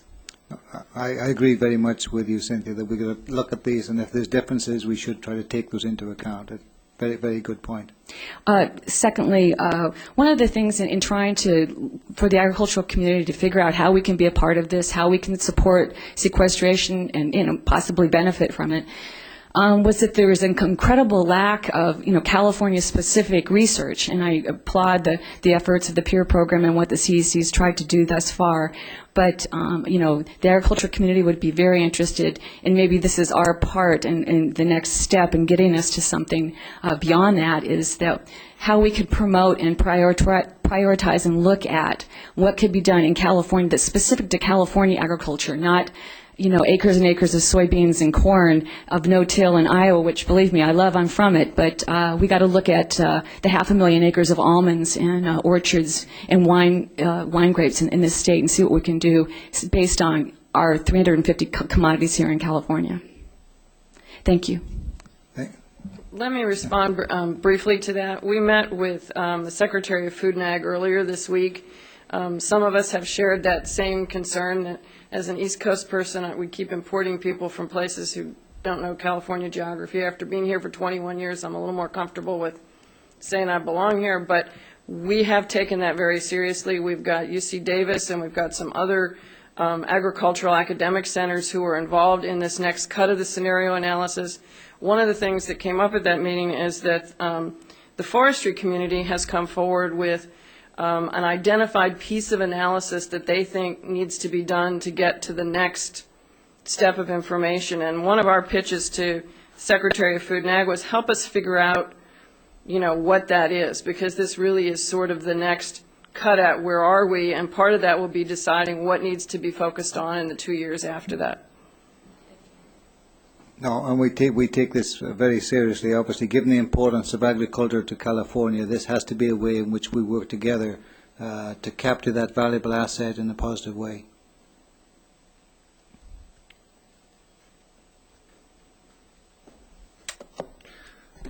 Good afternoon. My name is John Shears, and I'm a visiting research fellow with the Center for Energy Efficiency and Renewable Technologies, and I just want to respond to a few of the comments made earlier. From where is this? The Center for Energy Efficiency and Renewable Technologies. Oh, sorry. There is always uncertainty in science. And if we always waited for those uncertainties to be resolved, society would not be nearly as far along in its development as it currently is. And so it only seems to be as a Canadian here working in California, that in the United States, the debate about climate change has seemed to have drifted so far away from where the debate is elsewhere in the world. So I'd like to just bring that to everyone's attention. The rest of the world seems to be fairly comfortable with the science. As with regards to California being an island, I would like to note that if we look at what the rest of the states are doing in the country, there are several other states that are also pursuing RPS goals and also following California's lead on the Pavley bill, adopting similar laws with regards to motor vehicle regulation and global warming emissions. With that respect, I'd like to point out that we are, as California and with the other states in the country, we're following the recommendations of Dr. David Victor at Stanford University, who is one of the world experts who's looked at international treaties and how they've worked, and in fact has recommended that before a federal policy is adopted, that a good process to go through and mimic, based on past experience with international treaties, is that each state develop its own experiments, and collectively through the knowledge and experience gathered through those experiments, we hopefully will come to designing a better national system. So in fact, we are following, a process that's recommended by some of the leading experts in the world that study these kinds of issues.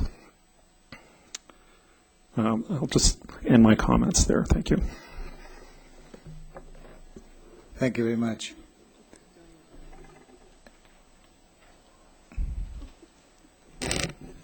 Secretary Lloyd, members, I'm here to testify this time on behalf of Tesoro Refining, who's an independent refiner in California.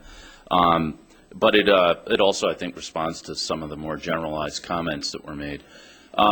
I think there's a critical role for the business community to be here, and I think everyone should want to hear what they have to say, because ultimately, I think you need them involved in this process, and ultimately, it's to the benefit of the process to have people being skeptical and asking difficult questions and maybe saying things that some don't want to hear, because ultimately, you're going to have to ask those questions to get through this process. And there are a lot of specific questions that people didn't raise today, but that I know a number of us have, like why shouldn't you be counting things that California businesses are doing that other industries aren't doing?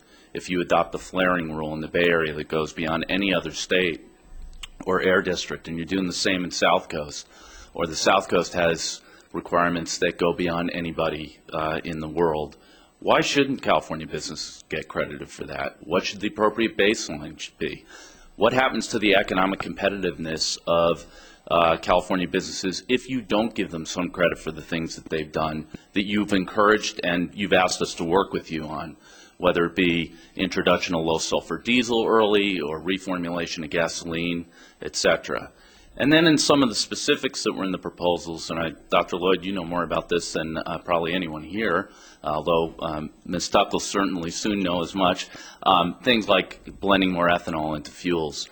That's a significant environmental issue. It's a significant economic issue, and not to be taken lightly. So I think all of us are going to be engaged in this process, but there are a lot of difficult issues when you get beyond the goals and try and translate it into specific actions. We really have to ask ourselves some hard questions and understand what cap and trade means if it's California only, not California only. Tesoro, for example, is an independent refiner. They're not a worldwide refiner. They have one refinery in California and only refineries in this nation. Some of the multinational companies that are involved in this greenhouse gas effort may be taking emission reduction credits from places around the world. I don't know where they're coming from. You may know. But these are not easy questions or answers. So I don't want to go on, but just to say, a lot of us are in this for the long haul. We plan on participating, but we also want to ask these questions and work to try and get them answered. So whatever policy we adopt is really in the best interest of the state. And I think that's why we're here. So thank you.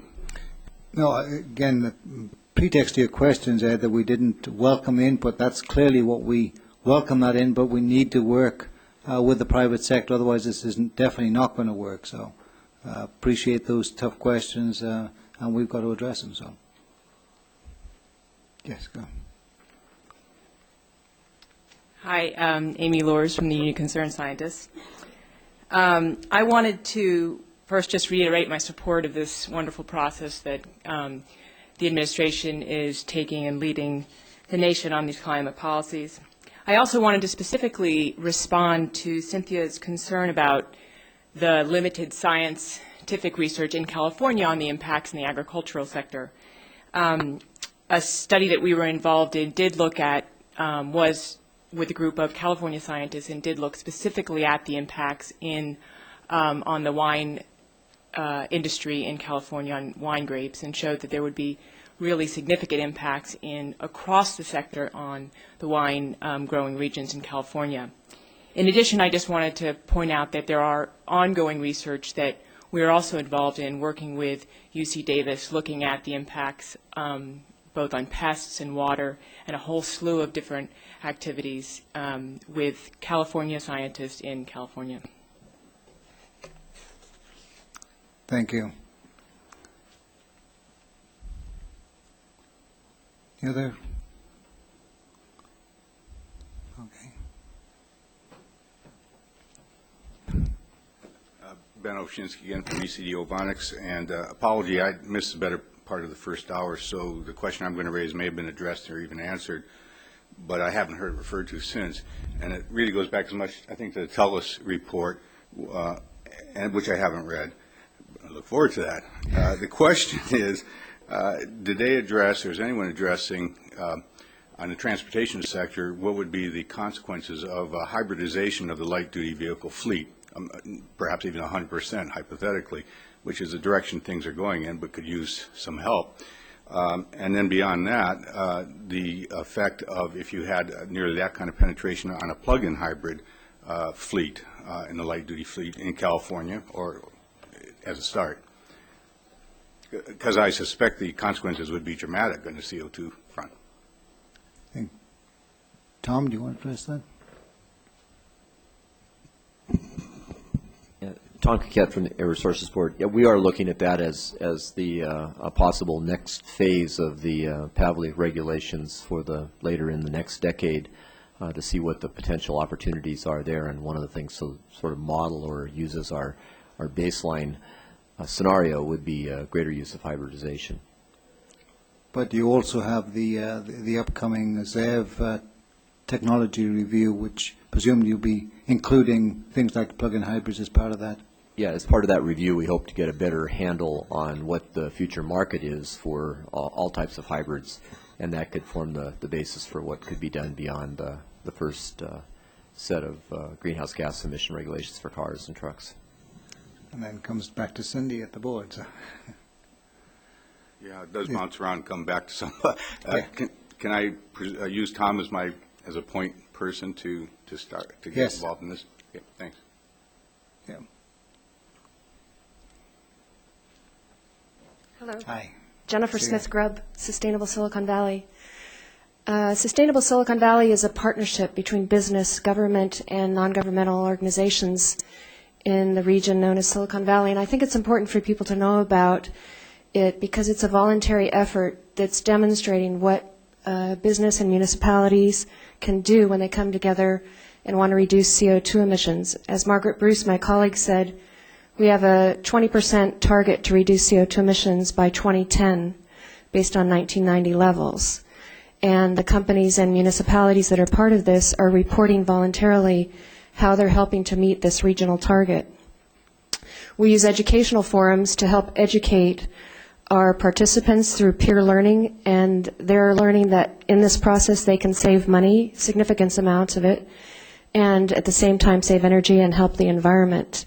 It's a very proactive group, and we are using some of the best-in-class practices, such as those by Johnson & Johnson, who have offered to teach all the participants in Sustainable Silicon Valley about their Energy Star best practices.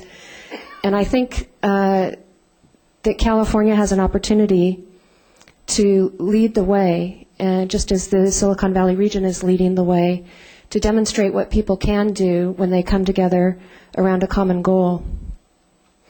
And I think it's a challenge and an opportunity at the same time for us to move forward as a state. And we're happy to help in that regard in our learning and our work and our reporting, and to share with you the benefits of the practice of coming together. But clearly it's something where business is taking a proactive role, and I wanted to bring that forward to this audience so that you know that we are leaders and we're willing to take that role on and share the mantle with you.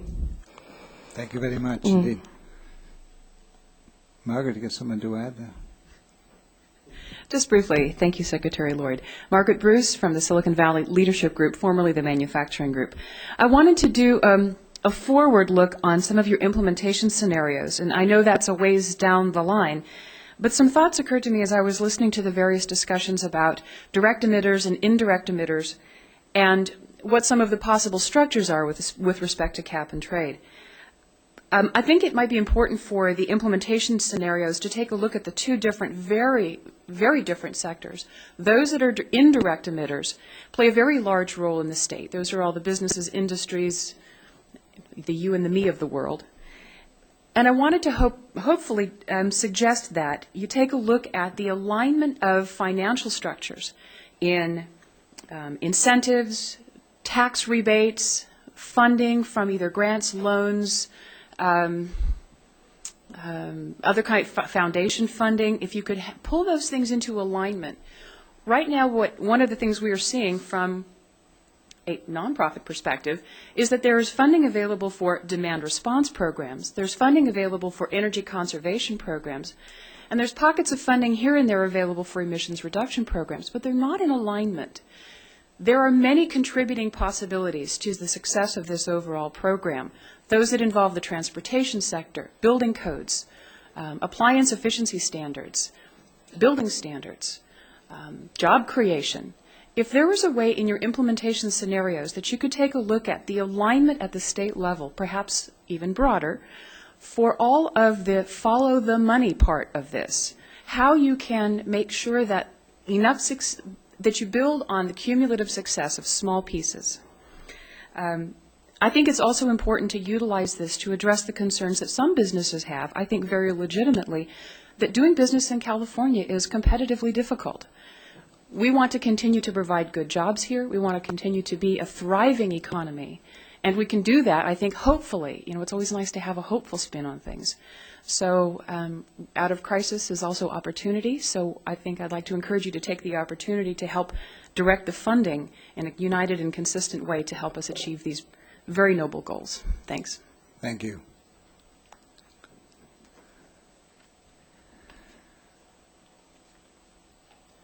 Secretary Lloyd, fellow board members, committee members, Ms. Tuck, welcome to your new job, by the way. I was at your first CAR board meeting. I just didn't get a chance to say hello, so I'm doing it now.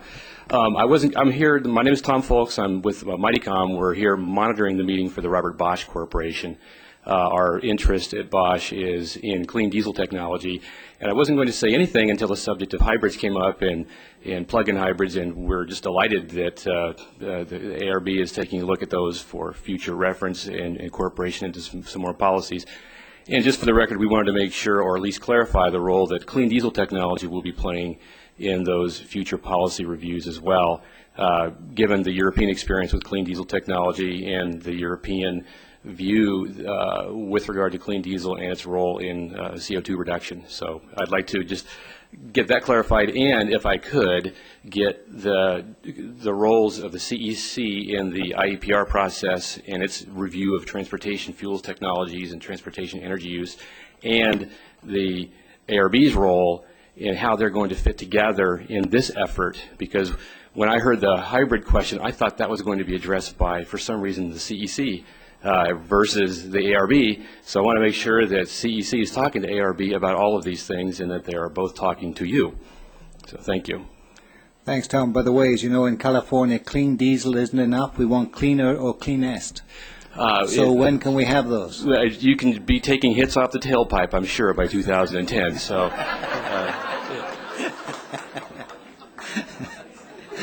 And eventually hybridize and plug-in hybridize cleanest diesels.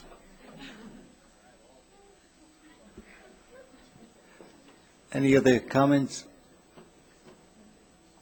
Any questions on the internet webcast? Yes, we have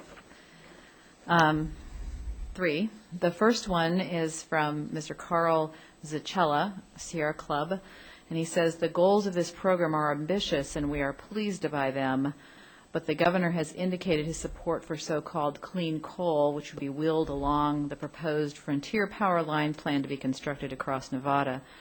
The CO2 released by new plants in Nevada and the Intermountain West could overwhelm the actions taken in California. Yeah, I don't remember the governor saying anything about that. Anne, what do you think this comment on? As I've said in what seem to have been innumerable business community meetings on climate in the last 10 days, there are assumptions about the use of coal that were made in the goals that were adopted, and Secretary Lloyd and Energy Commissioner Chair Desmond are working with the governor's office on establishing a coal policy for California, and there is no indication that it will lead to a degradation beyond what we've proposed in the targets, but that will be coming sooner, I guess.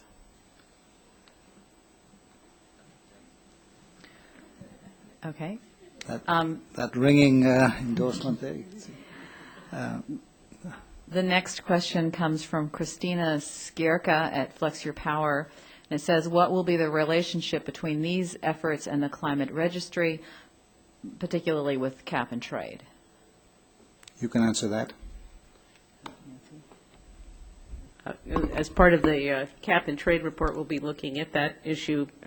Cap and trade programs, as you know, are very data intensive and require a lot of data, and we'll be looking at what's the best way to gather the kind of data we would need to support a cap and trade program. Thank you. Okay, and the last question comes from Mr. Daniel Kolb at Union of Concerned Scientists. And it says, has or will WISPA provide documentation that shows how the purely voluntary programs will achieve the emission reductions necessary to A, mitigate the expected harmful impacts of global climate change, and B, achieve the governor's targets? Furthermore, we hope that any and all business associations that suggest national action is preferred to state action will begin lobbying in favor of strong action at the national level instead of acting as roadblocks to meaningful reform in Washington, D.C. I think that's just a comment. Oh, I see. Hey, Gina, you're not dashing up? We don't expect a comment right now. Maybe we can get it in. This may not be specific to the question, but I think what I'd like to just say is that there's whether this is an intentional impression left or not, certainly our association and our companies have been doing a significant amount of work over the last few years. API, the American Petroleum Institute, has a 3-part program, which has been, going on now for a couple of years plus, to first of all get a good handle on what are the emissions from our companies. And I think everyone agrees that should be the basis upon which you act and develop a program. So, that particular climate challenge program we have been working on for quite a while. Our companies have been submitting data to that. It's all done on a voluntary basis, but everyone is participating. And over and above that, obviously, our companies have been doing a lot of things. A couple of examples were up on the screen where, voluntarily energy efficiency is very important to our companies. That's dollars, if you want to get down to it. Basically, we're saving dollars for ourselves, but indirectly, we also are reducing our greenhouse gas emissions. So our industry is not standing here saying we will do nothing about greenhouse gases. And we're not saying we don't recognize that there could be an impact on global climate change. So I'll just leave you with that thought that basically I think our industry has been doing quite a bit. We will continue to investigate this, but we want to make sure that this proceeds in a logical and, from an economic perspective, the impacts are not going to be too over-encompassing. So No, and seriously, Gina, we do look forward to working with the industry because clearly your members know better than we do what's being done, what can be done, and what not. So in that spirit, we clearly want to work with you there. So okay, thank you. Any other questions, comments? Seeing none. One more. One more. One sorry. more that just came in. Yes, it's from Diane Doucette with Redefining Progress. It says, in response to the comments concerning the competitiveness of California companies, Redefining Progress would like to emphasize that a well-designed climate policy can protect the competitiveness of California companies. This could be done by using border adjustments for California products exported out of state. That is, the costs of carbon will be stripped from the product when sold out of state and refunded to the company. Competitiveness could also be protected by focusing policy on consumption of carbon products rather than on the production of a product. Again, I think that's a comment. Well, seeing no other comments, I would like to thank everybody, and particularly like to thank you, Eileen, for I know how much effort you put into this, and some of the staff there and other people. Again, I want to emphasize for the people who have attended, really appreciate the sentiments in which the comments are put forward. As you recognize, all of us up here have a very challenging task to come up in 6 months, less than 6 months now, with this report to the Governor. On the other hand, I think we can all be proud we have the opportunity to work together, and so I look forward to working with you, getting the input and work through. We can't apologize for the short time frame. That's what the Governor expects of us. But clearly we want to develop a product which reflects as much as possible your input and our input by that time frame. So thank you all. And again, I would also like to thank Deputy Secretary Ann Baker for all her work, and also my colleagues up here for coming and working together. And also I'd like to also be particular to CEC and to Susan and BB is now over there, because really we would not have been able to even attempt getting as far as we can by the end of the year without all the substantial work done by CEC and Commissioner Boyd and others over there. So I appreciate it very much. So, Anne, do you want to say anything? We'll be seeing you over the next 4 months. Thank you. Thank you.